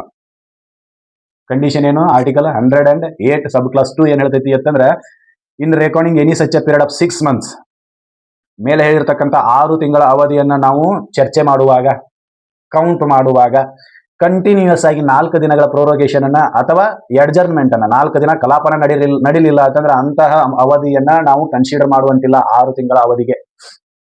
ಹೌದಾ? ಅದು ನೆನಪಿರಬೇಕು. ಅದನ್ನ ಆರ್ಟಿಕಲ್ 108 ಉಪಬಂಧ 2 ಹೇಳ್ತೈತಿ. ಹೆಂಗೆ ಕೌಂಟ್ ಮಾಡ್ಬೇಕು ನಾವು ಅಂತ ಕೇಳಿದ್ರೆ ಅಡ್ಜರ್ನ್ಮೆಂಟ್ ಆಗಿರೋದು 4 ದಿನದಕ್ಕಿಂತ ಹೆಚ್ಚಿಗೆ, 4 ದಿನಕ್ಕಿಂತ ಕಡಿಮೆ ಇತ್ತು ಅಂತಂದ್ರೆ ಕೌಂಟ್ ಮಾಡ್ರಿ, ಏನೂ ತೊಂದರೆ ಇಲ್ಲ. 4 ದಿನದಕ್ಕಿಂತ ಜಾಸ್ತಿ ಇತ್ತು ಅಂತಂದ್ರೆ you can not count that days in consideration of the 6 months time period. ಆ 6 ತಿಂಗಳ ಅವಧಿಯನ್ನ ನಾವು ಚರ್ಚೆ ಮಾಡುವಾಗ ಕೌಂಟ್ ಮಾಡುವಾಗ ಅಧಿವೇಶನ ಕಂಟಿನ್ಯೂಸ್ ಆಗಿ 4 ದಿನಗಳವರೆಗೂ ಮುಂದೂಡಿತ್ತು ಅಂತಂದ್ರೆ ಆ 4 ದಿನಗಳನ್ನು ನಾವು ಕೌಂಟ್ ಮಾಡುವಂತಿಲ್ಲ ಅಂತೇಳಿ ಸಂವಿಧಾನದ ಕಲಂ 108 ಉಪಬಂಧ 2 ಹೇಳ್ತೈತಿ. ಇಲ್ಲಿಗೆ ಇದು ಮುಗಿತು. ಇನ್ನ ಆರ್ಟಿಕಲ್ 108 ಉಪಬಂಧ 3 ಏನ್ ಹೇಳ್ತೈತಿ ನೋಡೋಣ. ಏನ್ ಹೇಳ್ತೈತಿ ಆರ್ಟಿಕಲ್ 108 ಉಪಬಂಧ 3 ಏನ್ ಹೇಳ್ತೈತಿ ಅಂದ್ರೆ, where the president has under clause 1 notified his intention of the summoning of the houses to meet in joint sitting, neither house shall be proceed further with the bill, but president may at any time after the date of his notification summon the houses to meet in a joint sitting for the purpose specified in notification, and if he does so, house shall be meet accordingly. ಏನ್ ಹೇಳ್ತೈತಿ, ರಾಷ್ಟ್ರಪತಿಗಳು ತೀರ್ಮಾನ ತಗೊಂಡ್ಬಿಟ್ಟಾರ. ಈಗ ಏನಂತೇಳಿ, ನಾನು ಈ ಮಸೂದೆಗೆ ಸಂಬಂಧಿಸಿದಂತೆ ಜಂಟಿ ಅಧಿವೇಶನವನ್ನು ಕರೆಯೊಣಿದೀನಿ ಅಂತೇಳಿ ತೀರ್ಮಾನ ತಗೊಂಡಿರ್ತಾರೆ. ತೀರ್ಮಾನ ತಗೊಂಡಾದ ನಂತರ ಇವ್ರು ಕಡ್ಡಿಯಾಡ್ಸಂಗಿಲ್ಲ, ಯಾರು ಯಾವುದೇ ಸದನಗಳು ಆ ಮಸೂದೆಯ ಬಗ್ಗೆ ಡಿಸ್ಕಷನ್ ಮಾಡುವಂಗಿಲ್ಲ. ಮತ್ತೆ ಯಾಕೆ ನೀವು ಟೈಮ್ ಹಾಳು ಮಾಡ್ತೀರಿ? ನಾವೊಂದು ದಿನ ನಿಮ್ಮನ್ನ ಕರಿತಿಲ್ಲ, ಅವಾಗ ಡಿಸ್ಕಷನ್ ಮಾಡ್ರಿ. ಈಗ ನಿಮ್ಮ ಕಡೆ ಏನಾಯ್ತು ಅಂತಂದ್ರೆ, ನಿಮ್ಮ ಕಡೆ ಸಹಮತ ಮೂಡಲಿಲ್ಲ ಅಂತೇಳಿ ಇದು ನನ್ನ ಕಡೆ ಬಂತು, ಏನಂತೇಳಿ ಜಂಟಿ ಅಧಿವೇಶನ ಕರೀರಿ ಅಂತೇಳಿ. ಮತ್ತೆ ನಾ ಜಂಟಿ ಅಧಿವೇಶನ ಕರಿಯಾಕ ನಾನು ನೋಟಿಫಿಕೇಶನ್ ಮಾಡಿದ ನಂತರ ಮತ್ತೆ ನೀವು ಅದ್ರ ಬಗ್ಗೆ ಡಿಸ್ಕಷನ್ ಮಾಡಂಗಿಲ್ಲ. ನೀವು ಬೇರೆ ವಿಷಯದ ಬಗ್ಗೆ ಡಿಸ್ಕಷನ್ ಮಾಡ್ರಿ. ನಾನು ಯಾವಾಗ ಕರಿತೀನಿ, ಎಟ್ ಎನಿ ಟೈಮ್ ಮತ್ತೆ ಬರೀತಾರೆ, ನಾನು ಯಾವಾಗ ಕರಿತೀನಿ ಅವಾಗ ಈ ವಿಷಯದ ಬಗ್ಗೆ ಡಿಸ್ಕಷನ್ ಮಾಡಬೇಕು. ಯಾವ ವಿಷಯದ ಬಗ್ಗೆ, ಯಾವ ವಿಷಯಕ್ಕಾಗಿ ಜಂಟಿ ಅಧಿವೇಶನವನ್ನ ಕರೆಯಲಾಗಿರುತ್ತದೆಯೋ ಆ ವಿಷಯದ ಬಗ್ಗೆ ಡಿಸ್ಕಷನ್ ಮಾಡಕ್ಕೆ. ಮಜಾ ಆಯ್ತಲ್ಲ? ಏನು, ರಾಷ್ಟ್ರಪತಿಗಳು ನೋಟಿಫಿಕೇಶನ್ ಮಾಡ್ತಾರೆ, ಅಧಿಸೂಚನೆಯನ್ನು ಹೊರಡಿಸ್ತಾರೆ. ಏನಂತೇಳಿ, ಇಂತಹ ಒಂದು ಮಸೂದೆ ಎರಡೂ ಸದನಗಳಲ್ಲಿ ಪಾಸ್ ಆಗಲಾರದೆ ಸಿಕ್ಕಾಕೊಂಡೈತಿ, ಅದಕ್ಕೆ ನಾನು ಅದನ್ನು ಪಾಸ್ ಮಾಡುವ ಸಲುವಾಗಿ ಜಂಟಿ ಅಧಿವೇಶನವನ್ನ ಕರೆಯುವನಿದ್ದೇನೆ ಅಂತೇಳಿ ಒಂದು ನೋಟಿಫಿಕೇಶನ್ ಮಾಡ್ತಾರೆ. ಈ ನೋಟಿಫಿಕೇಶನ್ ಆದ ನಂತರ ಇವರು ಸದನದವರು ಇಲ್ರಿ ಪಾಸ್ ಮಾಡೋನು ತಗೋರಿ ಅಂತೇಳಿ ಡಿಸ್ಕಷನ್ ಮಾಡಂಗಿಲ್ಲ. ಇಲ್ರಿ ಇದನ್ನ ರಿಜೆಕ್ಟ್ ಮಾಡೋನು ತಗೋರಿ ಅಂತೇಳಿ ಡಿಸ್ಕಷನ್ ಮಾಡಂಗಿಲ್ಲ. ಸುಮ್ಮನೆ ಇದ್ ಬಿಡ್ಬೇಕು. ಎಲ್ಲಿ ತನಕ ಸುಮ್ಮನೆ ಇರ್ಬೇಕ? ಎಲ್ಲಿ ತನಕ ಅಂತಂದ್ರೆ ರಾಷ್ಟ್ರಪತಿ ಅವ್ರು ಹೇಳ್ತಾರೆ, ಬರ್ಲಿ ತಮ್ಮ ಇಂಥ ತಾರೀಕ ಇಂಥ ಮಸೂದೆ ಸಂಬಂಧ ನಾನು ಜಂಟಿ ಅಧಿವೇಶನವನ್ನ ಕರೆಯಕ ನೋಟಿಫಿಕೇಶನ್ ಮಾಡಿದ್ನಿ, ಇವತ್ತು ನಾನು ಟೈಮ್ ಫಿಕ್ಸ್ ಮಾಡ್ತೀನಿ, ನೀವೆಲ್ಲರೂ ಬರ್ರಿ, ಕೂಡ್ರಿ, ಚರ್ಚೆ ಮಾಡ್ರಿ, ಪಾಸರ ಮಾಡ್ರಿ, ರಿಜೆಕ್ಟರ ಮಾಡ್ರಿ ಅಂತ ರಾಷ್ಟ್ರಪತಿಗಳು ಹೇಳ್ತಾರೆ. ಮುಗಿತದಲ್ಲಿಗೆ. ಅಂದ್ರೆ ಒಂದು ಸಲ ರಾಷ್ಟ್ರಪತಿಗಳು ಜಂಟಿ ಅಧಿವೇಶನದ ಸಲುವಾಗಿ ಅಧಿಸೂಚನೆಯನ್ನ ಹೊರಡಿಸಿದ್ರು ಅಂತಂದ್ರೆ ಆ ವಿಷಯದ ಬಗ್ಗೆ ಅಥವಾ ಆ ಮಸೂದೆಯ ಬಗ್ಗೆ ಯಾವುದೇ ಸದನದಲ್ಲಿ ಚರ್ಚೆ ಮಾಡುವಂತಿಲ್ಲ. ಮತ್ತು ರಾಷ್ಟ್ರಪತಿಗಳು ಹೇಳಿದ ದಿನಕ್ಕೆ ಸಮಯಕ್ಕೆ ಸರಿಯಾಗಿ ಅಧಿವೇಶನವನ್ನ ಸೇರಿ ಮಸೂದೆಯ ಬಗ್ಗೆ ಡಿಸ್ಕಷನ್ ಮಾಡಬೇಕು. ಇದು ಆರ್ಟಿಕಲ್ 108 ಉಪಬಂಧ 3. ಮಜಾ ಐತಿ. ನಾವು ಹಗ್ಗ ಕೊಟ್ಟು ಕೈ ಕಟ್ಸ್ಕೊಳ್ಳೋದಂದ್ರೆ ಇದಕ್ಕಂತ ಕರಿತೀವಿ. ಏನು ಸರ ಅಧಿವೇಶನ ಕರೀರಿ ಅಂತೇಳಿ ರಾಷ್ಟ್ರಪತಿ ಮುಂದೆ ಕೈ ಮುಗಿದಿರ್ತೀವಿ. ರಾಷ್ಟ್ರಪತಿಗಳು ಅಧಿವೇಶನ ಕರಿತೀನಿ ತಗೋಪ ಅಂತೇಳಿ ಹೇಳಿ ಕಳಿಸ್ತಾರೆ, ನೋಟಿಫಿಕೇಶನ್ ಮಾಡಿ ಕಳಿಸ್ತಾರೆ. ಅವಾಗ ಇಲ್ರಿ ಇದು ನಾವು ಪಾಸ್ ಮಾಡಿದ್ರೆ ನಡೀತೈತಿ ನಿಮ್ ತಲೆಯೊಳಗೆ ಬತ್ತು ಅಂತಂದ್ರೆ ನೀವು ದಾಟ್ರು ಅಂತ.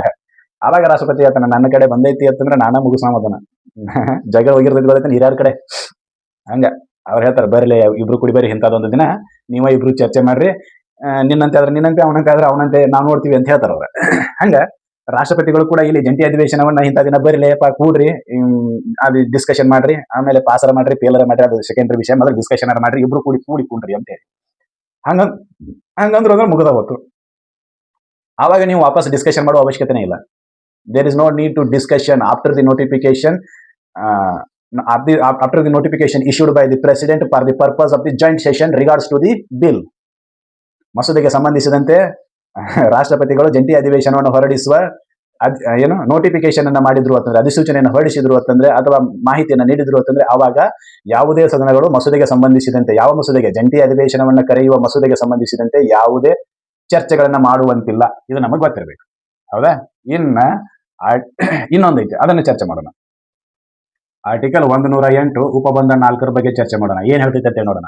If at the joint sitting of the two houses the bill with such amendments, if any as are agreed to in joint sitting is passed by majority of the total numbers of members of both the houses present and voting, it shall be deemed for the purpose of this constitution to have been passed by the both the houses. ಏನ್ sir ಹಿಂಗಂದ್ರೆ ಏನೋ ಇಂಗ್ಲಿಷ್ನ ಭಾಳ ಬರ್ದಿಲ್ಲ ಅಂತ ಅನ್ಬೇಡ್ರಿ. ಏನಪ್ಪಾ ಅಂತಂದ್ರೆ, ಯಾವುದೇ ಒಂದು ಬಿಕ್ಕಟ್ಟಿಗೆ ಸಂಬಂಧಿಸಿದಂತೆ ಜಂಟಿ ಅಧಿವೇಶನವನ್ನ ಕರೆದಾಗ, ಜಾಯಿಂಟ್ ಸೆಷನ್ ಅನ್ನ ಕರೆದಾಗ, ಅಲ್ಲಿ ತಿದ್ದುಪಡಿಗಳನ್ನು ಒಪ್ಪಿಕೊಂಡು ಮಸೂದೆಯನ್ನ ಮೆಜಾರಿಟಿ ಮೂಲಕ, ಬಹುಮತದ ಮೂಲಕ ಪಾಸ್ ಮಾಡಿದ್ರು ಅಂತಂದ್ರೆ, ಅಲ್ಲಿ ಸದ್ಯಕ್ಕೆ ಪ್ರೆಸೆಂಟ್ ಇರ್ತಕ್ಕಂಥ ಸದಸ್ಯರ ಬಹುಮತದ ಮೂಲಕ ಈ ಮಸೂದೆಯನ್ನ ಪಾಸ್ ಮಾಡಿದ್ರು ಅಂತಂದ್ರ ಏನಂತೆ ತಿಳ್ಕೋಬೇಕು ಅಂತಂದ್ರೆ, ಅದು ಎರಡೂ ಸದನಗಳಿಂದ ಪಾಸ್ ಆಗೈತಿ ಅಂತಾನೆ ತಿಳ್ಕೋಬೇಕು. ಎರಡೂ ಸದನಗಳಿಂದ ಪಾಸ್ ಆಗೈತಿ ಅಂತ ಅದರ ಸಂಬಂಧ ನಾವು ಏನ್ ಮಾಡಿದ್ವಿ ಅಂದ್ರೆ ಜಂಟಿ ಅಧಿವೇಶನವನ್ನ ಕರೆದಿವಿ ಅಂತ, ಎರಡೂ ಸದನಗಳಿಂದ ಪಾಸ್ ಆಗೈತಿ ಅಂತ ತಿಳ್ಕೋಬೇಕು. ಸರ್ ಅದೇ ಹೆಂಗ್ರಿ ಲೋಕಸಭೆದೊಳಗೆ ಜಾಸ್ತಿ ಜನ ಇರ್ತಾರೋ ರಾಜ್ಯಸಭೆದೊಳಗೆ ಕಡಿಮೆ ಜನ ಇರ್ತಾರೋ ಹಣೆ ಆಗೋದಿಲ್ಲ ಅನ್ರಿ ಅಂತ ಕೇಳ್ಬೋದು ನೀವು. ಅದಕ್ಕೆ ಹೇಳೋದು fate of the bill is decided by the Lok Sabha. ಯಾವುದೇ ಮಸೂದೆಯ ಹಣೆ ಬರಹವನ್ನ ಲೋಕಸಭೆ ಡಿಸೈಡ್ ಮಾಡ್ತೈತಿ. ಯಾಕ ಅಂತಂದ್ರೆ ಅದ್ರ ಹತ್ರ ಒಂದು ಅಸ್ತ್ರ ಐತಿ, ಜಾಯಿಂಟ್ ಸೆಷನ್. ಒಂದು ವೇಳೆ ರಾಜ್ಯಸಭೆ ಏನು ತಿದ್ದುಪಡಿಗಳನ್ನು ಒಪ್ಕೊಳ್ಳಿಲ್ಲ, 6 ತಿಂಗಳ ಕಟ್ಟೆ ಹಂಗ ಚೇರ್ ಮೇಲೆ ಪೈಲಿಟ್ ಅದ್ರ ಮೇಲೆ ಕುಯ್ತು ಅಂತಂದ್ರೆ ಇವ್ರ ಹತ್ರ ಒಂದು ಮಹಾ ಅಸ್ತ್ರ ಐತಿ. ಆ ಅಸ್ತ್ರದ ಹೆಸರು ಜಾಯಿಂಟ್ ಸೆಷನ್. ಹೌದಾ? ಅದಕ್ಕೆ ಹೇಳ್ತಾರೆ, ಒಂದು ವೇಳೆ ಸದನವಲ್ಲ ಜಂಟಿ ಅಧಿವೇಶನದ ಸಂದರ್ಭದಲ್ಲಿ ಎರಡೂ ಸದನಗಳು ಸದಸ್ಯರಲ್ಲಿ ಇದ್ದಾಗ ಅಲ್ಲಿ ಏನಾದ್ರೂ ಬಿಲ್ ಬಹುಮತದ ಮೂಲಕ ಪಾಸ್ ಆಯ್ತು ಅಂತಂದ್ರೆ ಅದು ಎರಡೂ ಸದನಗಳಿಂದ ಪಾಸ್ ಆದಂತೆ ಅಂತ ತಿಳ್ಕೊಬೇಕು. ಡೀಮ್ಡ್ ಅಂತ ಬರೀತಾರೆ ಇಲ್ಲಿ ನೋಡ್ರಿ. Deemed for the purpose of this constitution have been passed by the both the houses. ನಾವೇನಂತ ತಿಳ್ಕೊತೀವಿ ಅಂತಂದ್ರೆ ಅದನ್ನ ಎರಡೂ ಸದನಗಳಿಂದ ಪಾಸ್ ಆಗೈತೆ ಅಂತ ತಿಳ್ಕೊತೀವಿ. ಯಾಕಂತಂದ್ರೆ ಆರ್ಟಿಕಲ್ 107 ಉಪಬಂಧ 1 ಹೇಳ್ತೈತಿ ಏನಂತಂದ್ರೆ ಯಾವುದೇ ಮಸೂದೆಯು ಕಾಯ್ದೆ ಆಗಬೇಕಾದ್ರೆ ಅದು ಎರಡೂ ಸದನಗಳಿಂದ ಪಾಸ್ ಆಗಬೇಕು ಅಂತೇಳಿ. ಇಲ್ಲಿ ನಾವು ಜಂಟಿ ಅಧಿವೇಶನವನ್ನ ಕರೆದಾಗ ಮತ್ತೆ ಎರಡೂ ಸದನಗಳಿಂದ ಪಾಸ್ ಮಾಡೋ ಅವಶ್ಯಕತೆ ಇಲ್ಲ. ಜಂಟಿ ಅಧಿವೇಶನವನ್ನ ಕರೆದಾಗ ಏನಂತ ತಿಳ್ಕೊಬೇಕು ಅಂತಂದ್ರೆ ಎರಡೂ ಸದನಗಳಿಂದ ಅದು ಪಾಸ್ ಆಗೈತಿ ಅಂತಾನೆ ತಿಳ್ಕೋಬೇಕು. ಇಲ್ರಿ ನಾ ಇನ್ನೂ ಒಂದ್ಸಲ ಪಾಸ್ ಮಾಡೋದನ್ನ ಅಂತೇಳಿ ಲೋಕಸಭೆದವರು, ನಾ ಇನ್ನೂ ಒಂದ್ಸಲ ರಿಜೆಕ್ಟ್ ಮಾಡೋದನ್ನ ಅಂತೇಳಿ ರಾಜ್ಯಸಭೆದವರು ಅಂತೇಳಿ ಅನ್ಕೋತ ಕೂತ್ರೆ ಕೆಲಸ ಇಲ್ಲ.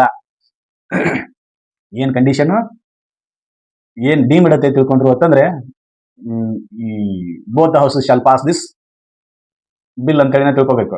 ಹೌದಾ? ಯಾವಾಗ ಜಂಟಿ ಅಧಿವೇಶನವನ್ನು ಕೂಡಿ ಮತ್ ಬಹುಮತದ ಮೂಲಕ ಆ ಬಿಲ್ ಪಾಸ್ ಆಗಿತ್ತು ಅಂತಂದ್ರೆ ಅದಕ್ಕೆ ಯಾವಾಗ್ಲೂ ಏನ್ ಹೇಳ್ತಾರ ಅಂತಂದ್ರೆ ಲೋಕಸಭೆಯ ಸದಸ್ಯರ ಸಂಖ್ಯೆ ಜಾಸ್ತಿ ಇರ್ತೈತಿ, ರಾಜ್ಯಸಭೆಯ ಸದಸ್ಯರ ಸಂಖ್ಯೆ ಕಡಿಮೆ ಇರ್ತೈತಿ. ಯಾವಾಗ ಜಂಟಿ ಅಧಿವೇಶನ ಸೇರ್ತಾರೋ ಅವಾಗ ಲೋಕಸಭೆದವರು ಎಲ್ಲರೂ ಒನ್ ಸೈಡ್ ವೋಟ್ ಹಾಕಿದ್ರು ಅಂತಂದ್ರೆ ಬಿಲ್ ಪಾಸ್ ಆಗಿರುತ್ತೆ.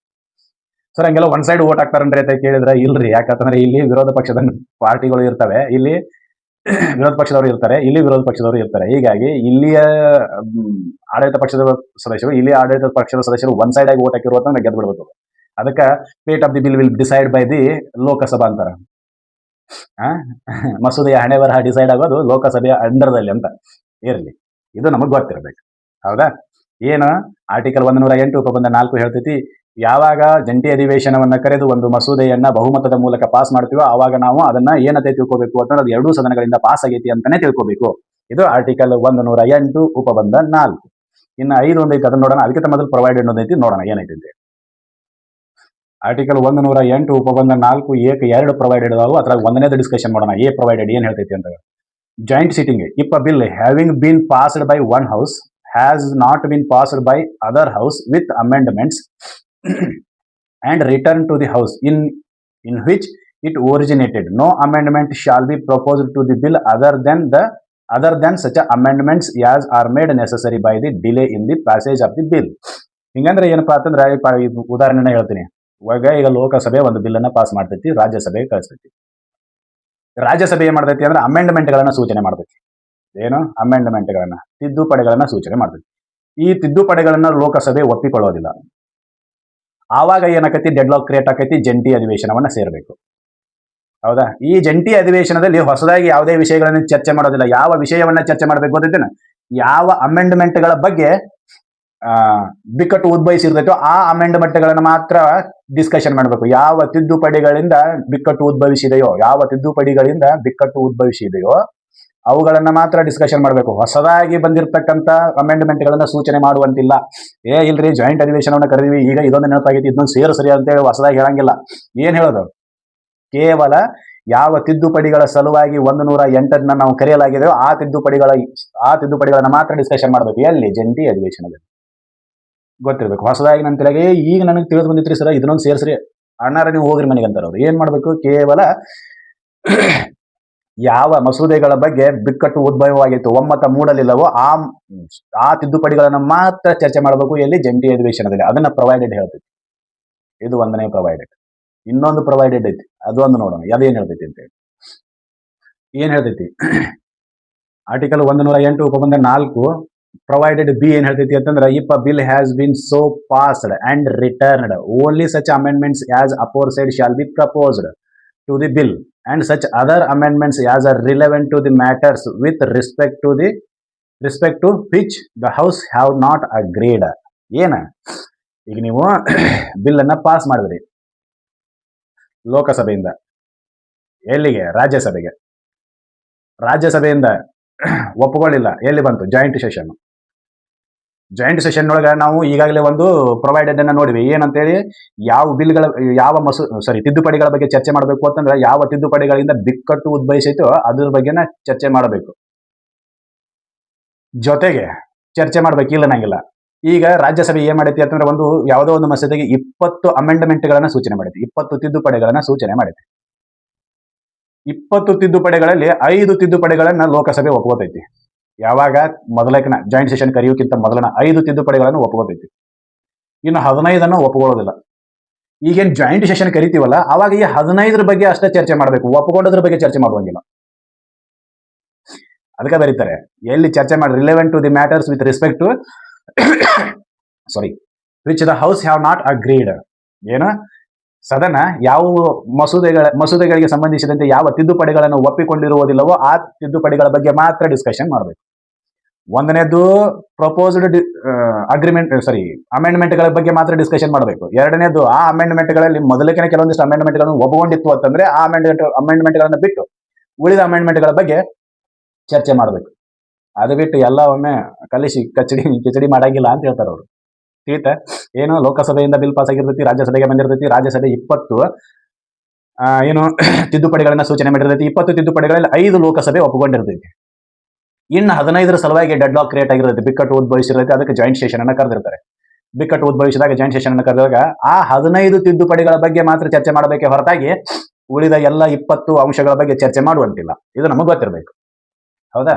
ಇನ್ನು ಮುಂದೆ ಏನ್ ಬರೀತಾರೆ, ಇದು ಚರ್ಚೆ ಮಾಡಿದ ನಂತರ ಈ ಎಲ್ಲಾ ತಿದ್ದುಪಡಿಗಳನ್ನು ಒಪ್ಕೊಂಡಿವೆ ಅಂತ ಹೇಳೋರು ಯಾರು ಅಂತಂದ್ರೆ ಇಲ್ಲಿ ಬರೀತಾರೆ, the decision of the person presiding as to the amendments which are admissible under this clause shall be final. ಯಾರು ಹೇಳ್ಬೇಕು? Presiding officer of that joint session. ಗೊತ್ತಿರಬೇಕು. ಏನು? ಜಂಟಿ ಅಧಿವೇಶನದ ಅಧ್ಯಕ್ಷತೆಯನ್ನು ವಹಿಸಿರ್ತಾರೆ. ಯಾರು ಜಂಟಿ ಅಧಿವೇಶನದ ಅಧ್ಯಕ್ಷತೆಯನ್ನು ವಹಿಸಿರ್ತಾರೋ ಅವ್ರು ಹೇಳ್ಬೇಕು ತಿದ್ದುಪಡಿಗಳನ್ನು ಒಪ್ಕೊಂಡಿವೋ ಇಲ್ಲೋ ಅಂತೇಳಿ. ಇದು ಗೊತ್ತಿರಬೇಕು. ಹೌದಾ? ಹಂಗಾದ್ರೆ ಸರ್ ಅಧ್ಯಕ್ಷತೆಯನ್ನು ಯಾರು ವಹಿಸಿರ್ತಾರೆ ಅಂತಂದ್ರೆ ಮುಂದೆ ಚರ್ಚೆ ಮಾಡೋಣ, ಅದನ್ನ ಹೇಳ್ತೀನಿ. ಯಾರು ಅಧ್ಯಕ್ಷರಾಗಿರ್ತಾರೆ, ಯಾರು ಉಪಾಧ್ಯಕ್ಷರು ಇರ್ತಾರೆ. ಯಾಕಂದ್ರೆ 2 ಸದನಗಳು ಇರ್ತವೆ. 2 ಸದನಗಳಲ್ಲಿ ಒಬ್ರು ಅಧ್ಯಕ್ಷರು ಇರ್ತಾರೆ, ಒಬ್ರು ಸ್ಪೀಕರ್ ಇರ್ತಾರೆ. ನಾ ಅಧ್ಯಕ್ಷತೆ ವಹಿಸ್ನ ತಾವ ಜಗಳಾಡಬಾರ್ದು. ಅದಕ್ಕೆ ಒಂದು ಜಾಯಿಂಟ್ ಸೆಷನ್ ರೂಲ್ ಅದ, ಏನೈತೆ ಅಂತ ಹೇಳ್ತೀನಿ. ಹೌದಾ? ಇಲ್ಲಿ ಗೊತ್ತಿರಬೇಕು. ಮಸೂದೆಗಳು ಪಾಸ್ ಆಗ್ಯಾವ ಅಂತೇಳಿ ಹೇಳೋರು ಯಾರಪ್ಪ ಅಂತಂದ್ರೆ ಅಧ್ಯಕ್ಷರು. ಯಾವ ಅಧ್ಯಕ್ಷರು? ಜಂಟಿ ಅಧಿವೇಶನದ ಅಧ್ಯಕ್ಷತೆಯನ್ನು ಯಾರು ವಹಿಸಿರ್ತಾರಲ್ಲ ಅವ್ರು ಹೇಳ್ಬೇಕು. ಹೌದಾ? ಇನ್ನ ಆರ್ಟಿಕಲ್ 108 ಉಪಬಂಧ 5 ಐತಿ, ಅದ್ರ ಬಗ್ಗೆ ಚರ್ಚೆ ಮಾಡೋಣ.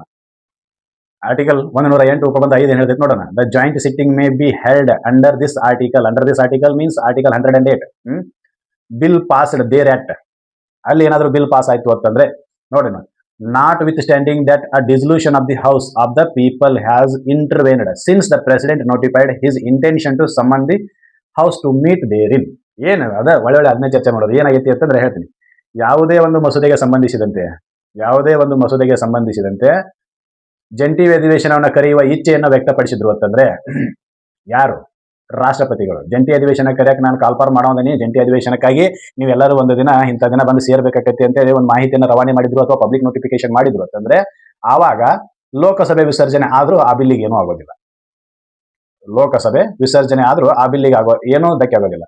ಯಾವಾಗ ಹೊಸದಾಗಿ ಅಸ್ತಿತ್ವಕ್ಕೆ ಲೋಕಸಭೆ ಬರಬೇಕು ಆವಾಗ ಅದು ಕನ್ಸಿಡರ್ ಮಾಡ್ತೈತಿ ಅಂತೇಳಿ ಆರ್ಟಿಕಲ್ 108 ಉಪಬಂಧ 5 ಹೇಳ್ತೈತಿ. ಇದು ಗೊತ್ತಿರಬೇಕು. Notwithstanding that dissolution of the house of the people has intervened ಅಂತ ಬರೀತಾರೆ. ಒಂದು ವೇಳೆ ನಾನು ಜಾಯಿಂಟ್ ಸೆಷನ್ ಕರೆಯುವಂತ ಆಸೆ ನನಗೈತಿ ಅಂತೇಳಿ ಅವ್ರು ಏನಾದ್ರು ಪಬ್ಲಿಕೇಶನ್ ಮಾಡಿದ್ರು ಅಂತಂದ್ರೆ ಏನೋ ಲೋಕಸಭೆ ಡಿಸಾಲ್ವ್ ಆದ್ರೂ ಪರವಾಗಿಲ್ಲ, ಆ ಇದಕ್ಕೆ ಏನೂ ಸಂಬಂಧ ಬರೋದಿಲ್ಲ ಅಂತೇಳಿ ಇದರದು ಅಂದ್ರೆ ಗೊತ್ತಿರಬೇಕು. ಲ್ಯಾಪ್ಸ್ ಯಾವಾಗ ಆಕೈತಿ? ಇಂಟೆನ್ಷನ್ ಹೇಳಿರ್ಲಿಲ್ಲ, ನಾನು ಏನು ಜಂಟಿ ಅಧಿವೇಶನ ಕರಿತೀನಿ ಅಂತೇಳಿ ನೋಟಿಫಿಕೇಶನ್ ಮಾಡಿರಲಿಲ್ಲ ಅಂದ್ರೆ ಅಷ್ಟೇ ಲ್ಯಾಪ್ಸ್ ಆಗ್ತೈತಿ. ನೋಟಿಫಿಕೇಶನ್ ಮಾಡಿದ್ರು ಅಂತಂದ್ರೆ ಲ್ಯಾಪ್ಸ್ ಆಗೋದಿಲ್ಲ. ಗೊತ್ತಿರ. ಹೌದಾ? ನೋಡೋಣ ಈ ಕೆಲವೊಂದಿಷ್ಟು ಕ್ವಶನ್ಗಳನ್ನ ನೋಡೋಣ, ಏನೇನು ಹೇಳ್ತಾವೆ ಆ ಕ್ವಶನ್ ಬಗ್ಗೆ ಡಿಸ್ಕಷನ್ ಮಾಡೋಣ. ಭಾರತ ಸಂವಿಧಾನದ 108ನೇ ವಿಧಿ ಯಾವುದಕ್ಕೆ ಸಂಬಂಧಿಸಿದೆ? 108ನೇ ವಿಧಿ ಯಾವುದಕ್ಕೆ ಸಂಬಂಧಿಸಿದೆ? ಈಗ ಚರ್ಚೆ ಮಾಡಿದ್ವಲ್ಲ, ಯಾವುದಕ್ಕೆ? ಜಂಟಿ ಅಧಿವೇಶನಕ್ಕೆ. ಹಣಕಾಸು ಮಸೂದೆಗೆ ಯಾವುದು? ಆರ್ಟಿಕಲ್ 117. ಹಣದ ಮಸೂದೆ ಯಾವುದು? ಆರ್ಟಿಕಲ್ 109. ರಾಷ್ಟ್ರಪತಿಯವರ ಭಾಷಣಕ್ಕೆ ಸಂಬಂಧಪಟ್ಟಂತೆ ಅಂತ ಕೇಳಿದ್ರೆ ಇಲ್ಲ. ಸುಗ್ರೀವಾಜ್ಞೆಗೆ ಸಂಬಂಧಪಟ್ಟಂತೆ ಅಂತ ಕೇಳಿದ್ರೆ ಇಲ್ಲ. ಹೌದಾ? ಗೊತ್ತಿರಬೇಕು. ಭಾರತ ಸಂವಿಧಾನದ 108ನೇ ವಿಧಿ ಯಾವುದಕ್ಕೆ ಸಂಬಂಧಿಸಿದೆ ಅಂತಂದ್ರೆ ಜಂಟಿ ಅಧಿವೇಶನಕ್ಕೆ ಸಂಬಂಧಿಸಿದೆ. ಇದು ಪ್ರತಿ ಸಲ ಕಾಂಪಿಟೇಟಿವ್ ಎಕ್ಸಾಮ್ನಾಗ ಒಂದು ಎಕ್ಸಾಮ್ ತಪ್ಪಿದ್ರೆ ಇನ್ನೊಂದು ಎಕ್ಸಾಮ್ಗೆ ಇದ್ದ ಐತಿ. ಇದ್ರ ಬಗ್ಗೆ ಸ್ವಲ್ಪ ಗಮನ ಕೊಡ್ರಿ. ಹೌದಾ? ಇಲ್ಲಿ ಇನ್ನೊಂದು ಕ್ವಶನ್ ಇದೆ. ಸಂವಿಧಾನದ 108ನೇ ವಿಧಿಯ ಪ್ರಕಾರ ಸಂಸತ್ತಿನ ಉಭಯ ಸದನಗಳ ಜಂಟಿ ಅಧಿವೇಶನವನ್ನ ಕರೆಯೋರು ಯಾರು? ಯಾರಿಗೆ ಜಂಟಿ ಅಧಿವೇಶನ ಕರೆಯುವ ಪವರ್ ಐತಿ? Who has the power to call the joint session? ಯಾರಿಗೆ ಐತಿ? ಪ್ರಧಾನಮಂತ್ರಿಗೆ ಐತೆ? ಇಲ್ಲ. ರಾಷ್ಟ್ರಪತಿಗೆ ಐತಾ? ಎಸ್. ಲೋಕಸಭೆ ಸ್ಪೀಕರ್ಗೆ ಇಲ್ಲ. ರಾಜ್ಯಸಭೆಯ ಅಧ್ಯಕ್ಷರಿಗೆ ಇಲ್ಲ. ಯಾರಿಗೆ ಐತಿ? ರಾಷ್ಟ್ರಪತಿಗೆ ಮಾತ್ರ. ಅದಕ್ಕೆ ಬರೀತಾರೆ ರಾಷ್ಟ್ರಪತಿಯವರು ಏನು ನೋಟಿಫಿಕೇಶನ್ ಮಾಡ್ತಾರೆ ಜಂಟಿ ಅಧಿವೇಶನವನ್ನ ಕರೆಯೋದ್ರ ಬಗ್ಗೆ ಅಂತೇಳಿ. ಆವಾಗ ಬಿಲ್ ಲ್ಯಾಪ್ಸ್ ಆಗೋದಿಲ್ಲ ಅಂತೇಳಿ. ಹೌದಾ? ಇರೋದೇನು? ರಾಷ್ಟ್ರಪತಿಯವರಿಗಿರುವ ಅಧಿಕಾರ. ಅದು ಯಾವ ಅಧಿಕಾರ? ಜಂಟಿ ಅಧಿವೇಶನವನ್ನ ಕರೆಯುವ ಅಧಿಕಾರ. ಗೊತ್ತಿರಬೇಕು. ಬರೋದು ಲೋಕಸಭೆಯ ಸ್ಪೀಕರ್ ಅನುಪಸ್ಥಿತಿಯಲ್ಲಿ ಜಂಟಿ ಅಧಿವೇಶನದ ಅಧ್ಯಕ್ಷತೆಯನ್ನು ಯಾರು ವಹಿಸ್ತಾರೋ ಅಂತ. ಅಂದ್ರೆ ಇಲ್ಲಿ ಒಂದು ವಿಷಯ ಗೊತ್ತಾಗತ್ತೆ ಈ ಕ್ವಶನ್ ಓದೋದ್ರಿಂದ. ಜಂಟಿ ಅಧಿವೇಶನದ ಅಧ್ಯಕ್ಷತೆಯನ್ನು ಯಾರು ವಹಿಸ್ತಾರೋ ಅಂತಂದ್ರೆ ಸ್ಪೀಕರ್ ವಹಿಸ್ತಾರೋ ಅಂತ. ಹೌದಿಲ್ಲ? ಲೋಕಸಭೆ ಸ್ಪೀಕರ್ನ ಅನುಪಸ್ಥಿತಿ ಅಂತ ಬರೀತಾರೆ. ಅಂದ್ರೆ ಲೋಕಸಭೆ ಸ್ಪೀಕರ್ ಇರ್ಲಿಲ್ಲ ಅಂತಂದ್ರೆ ಜಂಟಿ ಅಧಿವೇಶನದ ಅಧ್ಯಕ್ಷತೆ ಯಾರು ವಹಿಸ್ತಾರೋ ಅಂತ. ಅಂದ್ರೆ ಇದ್ದ ಅಂತಂದ್ರೆ ಯಾರು ವಹಿಸ್ತಾರೋ ಅಂತ ಕೇಳಿದ್ರೆ ಅವನೇ ವಹಿಸ್ತಾನೆ. ಜಂಟಿ ಅಧಿವೇಶನದ ಅಧ್ಯಕ್ಷತೆಯನ್ನು ಯಾವಾಗ್ಲೂ ಯಾರು ವಹಿಸ್ತಾರೆ? ಸ್ಪೀಕರ್ ವಹಿಸ್ತಾರೆ. ಗೊತ್ತಿರಬೇಕು. ಯಾಕಂತಂದ್ರೆ ಎರಡು ಸದನಗಳು ಒಂದೇ ಕಡೆ ಕೂಡಿರ್ತವೆ. ಎರಡೂ ಸದನಗಳಿಗೆ ತಮ್ಮ ಅಧ್ಯಕ್ಷರು ಹೆಚ್ಚು, ತಮ್ಮ ಸಭಾಪತಿಗಳು ಹೆಚ್ಚು ಅನ್ನೋದಿರ್ತೈತಿ. ಹೌದಾ? ಆದ್ರೆ ಲೋಕಸಭೆ ಸ್ಪೀಕರ್ ಮೇಲುಗೈ ಐತಿ. ಯಾಕಪ್ಪ ಅಂತಂದ್ರ ಅಲ್ಲಿ ಜನರಿಂದ ಎಲ್ಲ ಸದಸ್ಯರು ಆಯ್ಕೆಯಾಗಿ ಬಂದಿರ್ತಾರೆ. ಜನರಿಂದ ಎಲ್ಲ ಸದಸ್ಯರು ಆಗಿ ಬಂದಿರ್ತಾರೆ. ಈ ಜನರಿಂದ ಆಯ್ಕೆಯಾದ ವ್ಯಕ್ತಿಗಳಿಂದನೇ ಆಯ್ಕೆಯಾಗಿರ್ತಾನೆ. ಯಾರು? ಸ್ಪೀಕರ್. ಆದ್ರೆ ರಾಷ್ಟ್ರಪತಿ ರಾಜ್ಯಸಭೆಯ ಸಭಾಪತಿ ಇರ್ತಾರೆ. ರಾಜ್ಯಸಭೆಯ ಅಧ್ಯಕ್ಷರು ಇರ್ತಾರೆ. ಯಾರು? ಉಪರಾಷ್ಟ್ರಪತಿ. ಈ ಉಪರಾಷ್ಟ್ರಪತಿ ಅವರು ನೇರವಾಗಿ ಜನರಿಂದ ಆಯ್ಕೆ ಆಗಿರೋದಿಲ್ಲ. ಹೀಗಾಗಿ ಇವರು ಅಧ್ಯಕ್ಷತೆಯನ್ನು ವಹಿಸೋದಿಲ್ಲ. ರ್ಯಾಂಕಿಂಗ್ ಒಳಗೆ ರಾಷ್ಟ್ರಪತಿ ನಂತರ ಅವರೇ ಬರ್ತಾರೆ. ಆದ್ರೆ ಜಂಟಿ ಅಧಿವೇಶನದ ಅಧ್ಯಕ್ಷತೆಯನ್ನು ಯಾವಾಗ್ಲೂ ಯಾರು ವಹಿಸ್ತಾರೋ ಅಂತ ಕೇಳಿದ್ರೆ ಸ್ಪೀಕರ್ ವಹಿಸ್ತಾರೆ. ಸ್ಪೀಕರ್ ಇಲ್ಲದ ಸಮಯದಲ್ಲಿ ಯಾರು ವಹಿಸ್ತಾರೆ? ರಾಜ್ಯಸಭೆಯ ಸಭಾಪತಿ ಅಂದ್ರೆ ರಾಜ್ಯಸಭೆ ಅಧ್ಯಕ್ಷರು ವಹಿಸ್ತಾರೆ ಅಂತ ಕೇಳ್ತಾರೆ. ಹೌದಾ? ಆದ್ರೆ ಅವ್ರಿಲ್ಲ ಅಂತಂದ್ರೆ ಲೋಕಸಭೆ ಉಪಾಧ್ಯಕ್ಷರು ವಹಿಸ್ತಾರೆ ಅಂತ ಕೇಳ್ತಾರೆ. ಅವರು ಇಲ್ಲ ಅಂತಂದ್ರೆ ಪ್ರಧಾನಮಂತ್ರಿ ವಹಿಸ್ತಾರೇನಾ, ಹಿರಿಯ ಸಂಸದರು ವಹಿಸ್ತಾರೇನಾ ಹಿಂಗೆ ಕೇಳ್ತಾರೆ. ಏನು? ಜಂಟಿ ಅಧಿವೇಶನದ ಅಧ್ಯಕ್ಷತೆಯನ್ನ ಯಾರು ವಹಿಸ್ತಾರೆ ಅಂತ ಕೇಳಿದ್ರೆ ಒಂದನೇದು ಸ್ಪೀಕರ್. ಅವ್ರು ಇಲ್ಲ ಅಂತಂದ್ರೆ ಯಾರು ವಹಿಸ್ತಾರೋ ಅಂತ ಕೇಳಿದ್ರೆ ಲೋಕಸಭೆಯ ಉಪಾಧ್ಯಕ್ಷರು, deputy speaker of the Lok Sabha, ಇವರು ವಹಿಸ್ತಾರೆ. ಗೊತ್ತಿರಬೇಕು. ರಾಜ್ಯಸಭೆಯ ಸಭಾಪತಿಯ ಅಥವಾ ರಾಜ್ಯಸಭೆಯ ಅಧ್ಯಕ್ಷ ಯಾವುದೇ ಕಾರಣಕ್ಕೂ ಅವರು ಅಧ್ಯಕ್ಷತೆಯನ್ನು ವಹಿಸೋದಿಲ್ಲ. ಯಾವ ಅಧ್ಯಕ್ಷತೆ? ಜಂಟಿ ಅಧಿವೇಶನದ ಅಧ್ಯಕ್ಷತೆಯನ್ನ. ಗೊತ್ತಿರಬೇಕು. ಈಗ ಇನ್ನೊಂದು ನಾ ಕ್ವಶನ್ ಕೇಳ್ತೀನಿ. ಏನಪ್ಪಾ ಅಂತಂದ್ರೆ ಲೋಕಸಭೆಯ ಸ್ಪೀಕರು ಅನುಪಸ್ಥಿತಿ ಐತಿ, ಲೋಕಸಭೆಯ ಉಪಸಭಾಪತಿನೂ ಗೈರ್ ಹಾಜರ್ದಾರು. ಆವಾಗ ಯಾರು ವಹಿಸ್ತಾರೋ ಅಧ್ಯಕ್ಷತೆಯನ್ನು ಅಂತ ಕೇಳಿದ್ರೆ ಆನ್ಸರ್ ಏನದಕ್ಕೆ? ಏನು? ಸ್ಪೀಕರು ಇಲ್ಲ, ಡೆಪ್ಯೂಟಿ ಸ್ಪೀಕರು ಇಲ್ಲ. ಆವಾಗ ಯಾರು ಅಧ್ಯಕ್ಷತೆಯನ್ನು ವಹಿಸ್ತಾರೆ? ಜಂಟಿ ಅಧಿವೇಶನದ ಅಧ್ಯಕ್ಷತೆಯನ್ನು ಆವಾಗ ಯಾರು ವಹಿಸ್ತಾರೋ ಅಂತಂದ್ರೆ ವೈಸ್ ಪ್ರೆಸಿಡೆಂಟ್ ಆಫ್ ರಾಜ್ಯಸಭಾ. ಆವಾಗ ಯಾರು ವಹಿಸ್ತಾರೋ ಅಂತಂದ್ರೆ ರಾಜ್ಯಸಭೆಯ ಉಪ ಅಧ್ಯಕ್ಷರು ಜಂಟಿ ಅಧಿವೇಶನದ ಅಧ್ಯಕ್ಷತೆಯನ್ನು ವಹಿಸ್ತಾರೆ. ಸರ್ ಅವರು ಇಲ್ಲ ಅಂತಂದ್ರೆ ಯಾರು? ಅವರು ಇಲ್ಲ ಅಂತಂದ್ರೆ ಯಾರು ವಹಿಸ್ತಾರೋ ಅಂತಂದ್ರೆ ಸಂಸತ್ತಿನ ಹಿರಿಯ ಸದಸ್ಯರನ್ನ ತಮ್ಮಲ್ಲಿಯೇ ಒಬ್ರು ಆಯ್ಕೆ ಮಾಡ್ತಾರೆ. ಈಗ ಎರಡೂ ಸದನದ ಸದಸ್ಯರು ಕೂಡಿರ್ತಾರೆ. ಎಲ್ಲಿ? ಜಂಟಿ ಅಧಿವೇಶನಕ್ಕೆ ಎರಡೂ ಸದನದ ಸದಸ್ಯರು ಕೂಡಿದಾಗ ಅವರಲ್ಲಿ ಒಬ್ಬರನ್ನ ಆಯ್ಕೆ ಮಾಡಿ ಅಧ್ಯಕ್ಷರನ್ನಾಗಿ ಮಾಡ್ತಾರೆ. ಜಂಟಿ ಸದನದ ಅಧ್ಯಕ್ಷರನ್ನಾಗಿ. ಒಂದು ವಿಷಯ ಸ್ಪಷ್ಟವಾಗಿ ಗೊತ್ತಾಗ್ತೈತಿ ಏನ ಅಂತೇಳಿ, ಜಂಟಿ ಅಧಿವೇಶನದ ಅಧ್ಯಕ್ಷತೆಯನ್ನ ರಾಜ್ಯಸಭೆಯ ಅಧ್ಯಕ್ಷರು ವಹಿಸುವುದಿಲ್ಲ ಯಾವುದೇ ಕಾರಣಕ್ಕೂ. ಇದು ನಮಗೆ ಸ್ಪಷ್ಟ ಆಗ್ತೈತಿ. ಜಂಟಿ ಅಧಿವೇಶನದ ಅಧ್ಯಕ್ಷತೆಯನ್ನು ಯಾರು ವಹಿಸ್ತಾರೋ ಅಂತಂದ್ರೆ ಸ್ಪೀಕರ್ ಅವರು ವಹಿಸ್ತಾರೆ. ಲೋಕಸಭೆಯ ಸ್ಪೀಕರ್ ಅವರು ವಹಿಸ್ತಾರೆ. ಲೋಕಸಭೆಯ ಸ್ಪೀಕರ್ ಅವರು ವಹಿಸಿದ್ರು ಅಂತಂದ್ರೆ ಜಂಟಿ ಅಧಿವೇಶನವು ಕೂಡ ಹೆಂಗ ನಡೀತೈತಿ ಅಂದ್ರೆ ಲೋಕಸಭೆಯ ನಡಾವಳಿಗಳು ಹೆಂಗಿರ್ತಾವೋ ಹಂಗ ನಡೀತೈತಿ. ಅದು ಬಿಟ್ಟು ಲೋಕಸಭೆಯ ಅಧ್ಯಕ್ಷರು ಅಧ್ಯಕ್ಷತೆಯನ್ನು ವಹಿಸಿದ ನಂತರ ರಾಜ್ಯಸಭೆಯ ನಡಾವಳಿಗಳ ಮೂಲಕ ಏನ್ ನಡೆಯೋದಿಲ್ಲ? ಜಂಟಿ ಅಧಿವೇಶನ ನಡೆಯೋದಿಲ್ಲ. ಜಂಟಿ ಅಧಿವೇಶನ ಹೆಂಗ ನಡೀತೈತಿ? ಯಾರ ರೂಲ್ಸ್ ಅಂಡ್ ರೆಗ್ಯುಲೇಷನ್ ಫಾಲೋ ಮಾಡ್ತಾರೋ ಅಂತ ಕೇಳಿದ್ರೆ ಲೋಕಸಭೆಯ ರೂಲ್ಸ್ ಅಂಡ್ ರೆಗ್ಯುಲೇಷನ್ ಅನ್ನ ಫಾಲೋ ಮಾಡ್ತಾರೆ. ಇದು ಗೊತ್ತಿರಬೇಕು. ಯಾಕಂತಂದ್ರೆ ಅಧ್ಯಕ್ಷರೇ ಲೋಕಸಭೆದವರು ಇದ್ದಾಗ ಲೋಕಸಭೆಯ ರೂಲ್ಸ್ ಅಂಡ್ ರೆಗ್ಯುಲೇಷನ್ ಫಾಲೋ ಮಾಡೋದು ಅನಿವಾರ್ಯ ಅವರಿಗೆ. ಇದು ಗೊತ್ತಿರಬೇಕು. ಇಲ್ಲಿ ಇನ್ನೊಂದು ಕ್ವಶನ್ ಇದೆ ನೋಡ್ರಿ. ಭಾರತದ ಸಂವಿಧಾನದ 108ನೇ ವಿಧಿಯ ಅಡಿಯಲ್ಲಿ ಜಂಟಿ ಅಧಿವೇಶನಕ್ಕೆ ಅವಕಾಶವಿಲ್ಲದ ಮಸೂದೆಗಳು ಯಾವುವು? ನಾವು ಮಸೂದೆಗಳ ವಿಧಗಳು ಹೇಳಿದ್ವಿ. ಆರ್ಟಿಕಲ್ 107 ಅಡಿಯಲ್ಲಿ ಆರ್ಡಿನರಿ ಸಾಮಾನ್ಯ ಮಸೂದೆಗಳು, ಆರ್ಟಿಕಲ್ 109 ಅಡಿಯಲ್ಲಿ ಹಣದ ಮಸೂದೆಗಳು, ಮನಿ ಬಿಲ್, ಆರ್ಟಿಕಲ್ 17 ಅಡಿಯಲ್ಲಿ ಫೈನಾನ್ಸ್ ಬಿಲ್, ಆರ್ಟಿಕಲ್ 368 ಅಡಿಯಲ್ಲಿ ಕಾನ್ಸ್ಟಿಟ್ಯೂಷನಲ್ ಅಮೆಂಡ್ಮೆಂಟ್ ಬಿಲ್ಸ್. ಹೌದಾ? ಇಷ್ಟರ ಬಗ್ಗೆ ನಾನು ಹೇಳಿದ್ದೆ. ನಿಮಗೆ ಗೊತ್ತಿರಲಿಲ್ಲ ಅಥವಾ ಈಗ ಇನ್ನೊಂದ್ಸಲ ಹೇಳಿ. Article 107 ordinary bill, article 109 money bill, article 117 finance bill, article 368 constitutional amendment bill. ಈ ಎಲ್ಲಾ ಮಸೂದೆಗಳಲ್ಲಿ ಯಾವ ಮಸೂದೆಗಳಿಗೆ ಜಂಟಿ ಅಧಿವೇಶನ ಇರುವುದಿಲ್ಲ? There is no joint session for this bills ಅಂತ ಕೇಳಿದಾಗ ಯಾವುದು? ಸಾಮಾನ್ಯ ಮಸೂದೆಯನ್ನ ಇಲ್ಲ. ಯಾಕಂತಂದ್ರೆ ಅದನ್ನ ನಾವು ಈಗಾಗಲೇ ಡಿಸ್ಕಷನ್ ಮಾಡಿದ್ವಿ. ಆರ್ಟಿಕಲ್ 108 ಅಡಿಯಲ್ಲಿ ಸಾಮಾನ್ಯ ಮಸೂದೆಗೆ ಜಂಟಿ ಅಧಿವೇಶನ ಇದ್ದೇ ಇದೆ. ಆಮೇಲೆ ಹಣಕಾಸು ಮಸೂದೆ ಮತ್ತು ಸಂವಿಧಾನ ತಿದ್ದುಪಡಿ ಮಸೂದೆ, money bills are constitutional amendment bill ಅಂತ. ಇದು ಹಣದ ಮಸೂದೆ ಆಗ್ಬೇಕು, ಹಣಕಾಸಿನ ಮಸೂದೆ ಅಲ್ಲ, ಹಣದ ಮಸೂದೆ. ಹಣದ ಮಸೂದೆ ಮತ್ತು ಸಂವಿಧಾನದ ತಿದ್ದುಪಡಿ ಮಸೂದೆಗೆ ಏನಾದರೂ ಏನು ಜಾಯಿಂಟ್ ಸೆಷನ್ ಐತನಂತ ಕೇಳಿದ್ರೆ ಏನದು ಇಲ್ಲ. There is no joint sessions for constitutional amendment bills and money bills. They are must passed by the both the houses. ಅವು ಏನಾಗಬೇಕು, ಕಡ್ಡಾಯವಾಗಿ ಎರಡೂ ಸದನಗಳಿಂದ ಪಾಸ್ ಆಗಲೇಬೇಕು. ಯಾವುದು ಮನಿ ಬಿಲ್ಲು ಮತ್ತು ಸಂವಿಧಾನದ ತಿದ್ದುಪಡಿ ಮಸೂದೆ ಎರಡು. ಅಂದ್ರೆ ಈ ಎರಡು ಮಸೂದೆಗಳಿಗೆ ಏನಿರೋದಿಲ್ಲ, ಈ ಎರಡೂ ಮಸೂದೆಗಳಿಗೆ ಏನಿರೋದಿಲ್ಲ, ಜಾಯಿಂಟ್ ಸೆಷನ್ ಇರೋದಿಲ್ಲ, ಜಂಟಿ ಅಧಿವೇಶನ ಇರೋದಿಲ್ಲ. ಆಮೇಲೆ ಈ ಎರಡೂ ಮಸೂದೆಗಳಿಗೆ ಜಾಯಿಂಟ್ ಅಧಿವೇಶನ ಇರಬೇಕು. ಏನು, ಹಣಕಾಸು ಮಸೂದೆಗೆ ಮತ್ತು ಸಾಮಾನ್ಯ ಮಸೂದೆಗೆ ಜಾಯಿಂಟ್ ಅಧಿವೇಶನ ಇರಬೇಕು. ಹಣಕಾಸು ಮಸೂದೆ ಮತ್ತು ಸಾಮಾನ್ಯ ಮಸೂದೆ ಆರ್ಟಿಕಲ್ 117 ಅಂಡ್ ಆರ್ಟಿಕಲ್ 107 ಈ ಎರಡೂ ಮಸೂದೆಗಳಿಗೆ ಏನಿರ್ತೈತಿ, ಜಾಯಿಂಟ್ ಸೆಷನ್ ಇರ್ತೈತಿ, ಜಂಟಿ ಅಧಿವೇಶನ ಕರಿಬಹುದು. ಯಾವುದು, ಹಣಕಾಸು ಮಸೂದೆಗೆ. ಹಣದ ಮಸೂದೆಗಲ್ಲ. ಆರ್ಟಿಕಲ್ 109 ಪಿಕ್ಚರ್ನಾಗಿತ್ತು ಅಂದ್ರೆ there is no joint session. Article 17 ಇತ್ತು ಅಂತಂದ್ರೆ there is an joint session. Sir, ಮತ್ತೆ ನಾವು ಆರ್ಟಿಕಲ್ 107 ಓದಬೇಕಾದ್ರೆ ಸಂವಿಧಾನದ ಕಲಂ 109 ಮತ್ತು 117ಕ್ಕೆ ಸಂಬಂಧಿಸಿದಂತೆ ಯಾವುದೇ ಮಸೂದೆಯನ್ನ ಯಾವುದೇ ಸದನದಲ್ಲಿ ಮಂಡನೆ ಮಾಡಬಹುದು ಅಂತ ಹೇಳಿದ್ರಿ ಸರ್. ಮತ್ತೆ ಈಗ 107 ಯಾವುದೇ ಸದನದಲ್ಲಿ ಮಂಡನೆ ಮಾಡ್ತೀವಿ, ಹಂಗ 117 ಯಾವ ಸದನದಲ್ಲಿ ಮಂಡನೆ ಮಾಡಬೇಕು, ಮತ್ತೆ ಇದಕ್ಕೆ ಯಾಕೆ ಜಾಯಿಂಟ್ ಸೆಷನ್ ರೀ, ಇದಕ್ಕೆ ಯಾಕೆ ಇಲ್ಲ? ಇವೆಲ್ಲದಕ್ಕೂ ಆನ್ಸರ್ ಮುಂದೆ ಬರ್ಬೇಕು, ಹೇಳ್ತೀನಿ. ಇದನ್ನ ನೆನಪಲ್ಲಿ ಇಟ್ಕೋರಿ. ಗೊತ್ತಾಕೈತಿ ನಿಮಗೆ. ಮುಂದೆ ರಾಜ್ಯಗಳ ಮರು ಸಂಘಟನೆ ಮಸೂದೆ, reconstitution of the state bill. ಇದಕ್ಕೇನಾದ್ರೂ ಜಾಯಿಂಟ್ ಸೆಷನ್ ಇಲ್ಲ ಅಂತ ಕೇಳಿದ್ರೆ ಐತಿ. ಇದಕ್ಕೆ ದೇರ್ ಇಸ್ ನೋ. ಇದು ಕೂಡ ಸಾಮಾನ್ಯ ಮಸೂದೆ, ಹೀಗಾಗಿ ಏನು ಜಂಟಿ ಅಧಿವೇಶನ ಇದ್ದೇ ಇರ್ತೈತಿ. ಕೆಳಗೆ ಇವುಗಳಲ್ಲಿ ಯಾವುದೂ ಅಲ್ಲ ಅಂತಂದ್ರೆ ಇದು ತಪ್ಪು. ಕರೆಕ್ಟ್ ಆನ್ಸರ್ ಯಾವುದು, ಹಣದ ಮಸೂದೆ ಮತ್ತು ಸಂವಿಧಾನದ ತಿದ್ದುಪಡಿ ಮಸೂದೆ. ಈ ಎರಡೂ ಮಸೂದೆಗಳಿಗೆ ಯಾವುದೇ ರೀತಿಯಾಗಿರ್ತಕ್ಕಂಥ ಜಂಟಿ ಅಧಿವೇಶನಗಳು ಇರುವುದಿಲ್ಲ. ಈ ಎರಡೂ ಮಸೂದೆಗಳು ಸಾಮಾನ್ಯವಾಗಿ ಏನಾಗ್ತಾವೆ ಅಂತಂದ್ರೆ ಎರಡೂ ಸದನಗಳಿಂದ ಕಡ್ಡಾಯವಾಗಿ ಪಾಸ್ ಆಗ್ತವೆ. ಇರ್ಲಿಲ್ಲ ಅಂತಂದ್ರೆ ಬಿದ್ದು ಹೋಗ್ತವೆ, ಗೊತ್ತಿರಬೇಕು. ಸರ್, ಈ ಹಿಂದೆ ನೀವು ಡಿಸ್ಕಷನ್ ಮಾಡಿದ್ರಿ ಸರ್, ಏನಪ್ಪಾ ಅಂತಂದ್ರೆ ರಾಜ್ಯಸಭೆ ಅಥವಾ ಲೋಕಸಭೆಗಳಲ್ಲಿ ಕಲಾಪ ನಡಿಬೇಕು ಅಂತಂದ್ರೆ ಕೋರಂ ಇರಬೇಕು, ಇಂತಿಷ್ಟು ಜನ ಕನಿಷ್ಠವಾಗಿ ಹಾಜರಿರಲೇಬೇಕು ಅಂತ ಹೇಳಿದ್ರಿ. ಅದ್ರ ಕೋರಮ್ 1/10 ಅಂತ ಹೇಳಿದ್ರಿ. ಆದ್ರೆ ಜಂಟಿ ಅಧಿವೇಶನಕ್ಕೆ ಕೋರಂ ಎಷ್ಟು ಅಂತ ಕೇಳಿದ್ರೆ ಹೆಂಗ್ರಿ ಅಂತೇಳಿ ಇಲ್ಲೇ ಕ್ವಶನ್ ಇದೆ ನೋಡ್ರಿ. ಜಂಟಿ ಅಧಿವೇಶನದ ನಡಾವಳಿಗಳನ್ನು ನಡೆಸಲು, ಜಂಟಿ ಅಧಿವೇಶನದ ಕಾರ್ಯಕಲಾಪಗಳನ್ನು ನಡೆಸಲು ಅಗತ್ಯವಿರುವ ಕನಿಷ್ಠ ಹಾಜರಾತಿ ಕೋರಂ ಎಷ್ಟು ಅಂತ ಕೇಳ್ತಾರೆ. 1/2, 1/3, 1/10, ಅಟ್ ಲೀಸ್ಟ್ 100. ಯಾವ್ದು ಇದ್ರಾಗ ಯಾವುದು ಅಂತಂದ್ರ ಒಟ್ಟು ಸದಸ್ಯರ 1/10. ಜಂಟಿ ಅಧಿವೇಶನ ನಡೆಸಲು ಕನಿಷ್ಠ ಸದಸ್ಯರು ಎಷ್ಟಿರಬೇಕು ಅಂತಂದ್ರೆ ಲೋಕಸಭೆ ಮತ್ತು ರಾಜ್ಯಸಭೆ ಎರಡೂ ಸದಸ್ಯರನ್ನ ಸೇರಿಸಿ ಅದರ 1/10 ಇರಬೇಕು. 10ರೊಳಗೆ ಒಬ್ಬರು ಇರಬೇಕು. ಗೊತ್ತಾಯ್ತಾ? ಎರಡೂ ಸದನದ ಸದಸ್ಯರನ್ನ ಸೇರಿಸಿದ್ರೆ 800 ಜನ ಆಗ್ತಾರ ಅನ್ಕೊಂಡ್ರೆ 800 ಜನರಲ್ಲಿ 80 ಜನ ಆದ್ರೂ ಇರಬೇಕು. ಸರ್, 80 ಜನರಲ್ಲಿ ಲೋಕಸಭೆಯಿಂದ ಎಷ್ಟು ಇರ್ಬೇಕ್ರಿ, ರಾಜ್ಯಸಭೆಯಿಂದ ಎಷ್ಟು ಇರ್ಬೇಕ್ರಿ ಅಂತ ಕೇಳಿ ಅದಕ್ಕೆ ಏನೇನು ಇಲ್ಲ, ಅದನ್ನ ಎಲ್ಲಿಯೂ ಬರೆದಿಲ್ಲ. There is an quorum who is only 1/10, whether it may be from Rajya Sabha or it may be from Lok Sabha. ರಾಜ್ಯಸಭೆದವರು 80 ಜನ ಕೂಡಿ ಕೂತಿದ್ರು ಅಂತಂದ್ರೆ ಅವಾಗಲೂ ಕೂಡ ಜಂಟಿ ಅಧಿವೇಶನವನ್ನು ನಡೆಸಬಹುದು.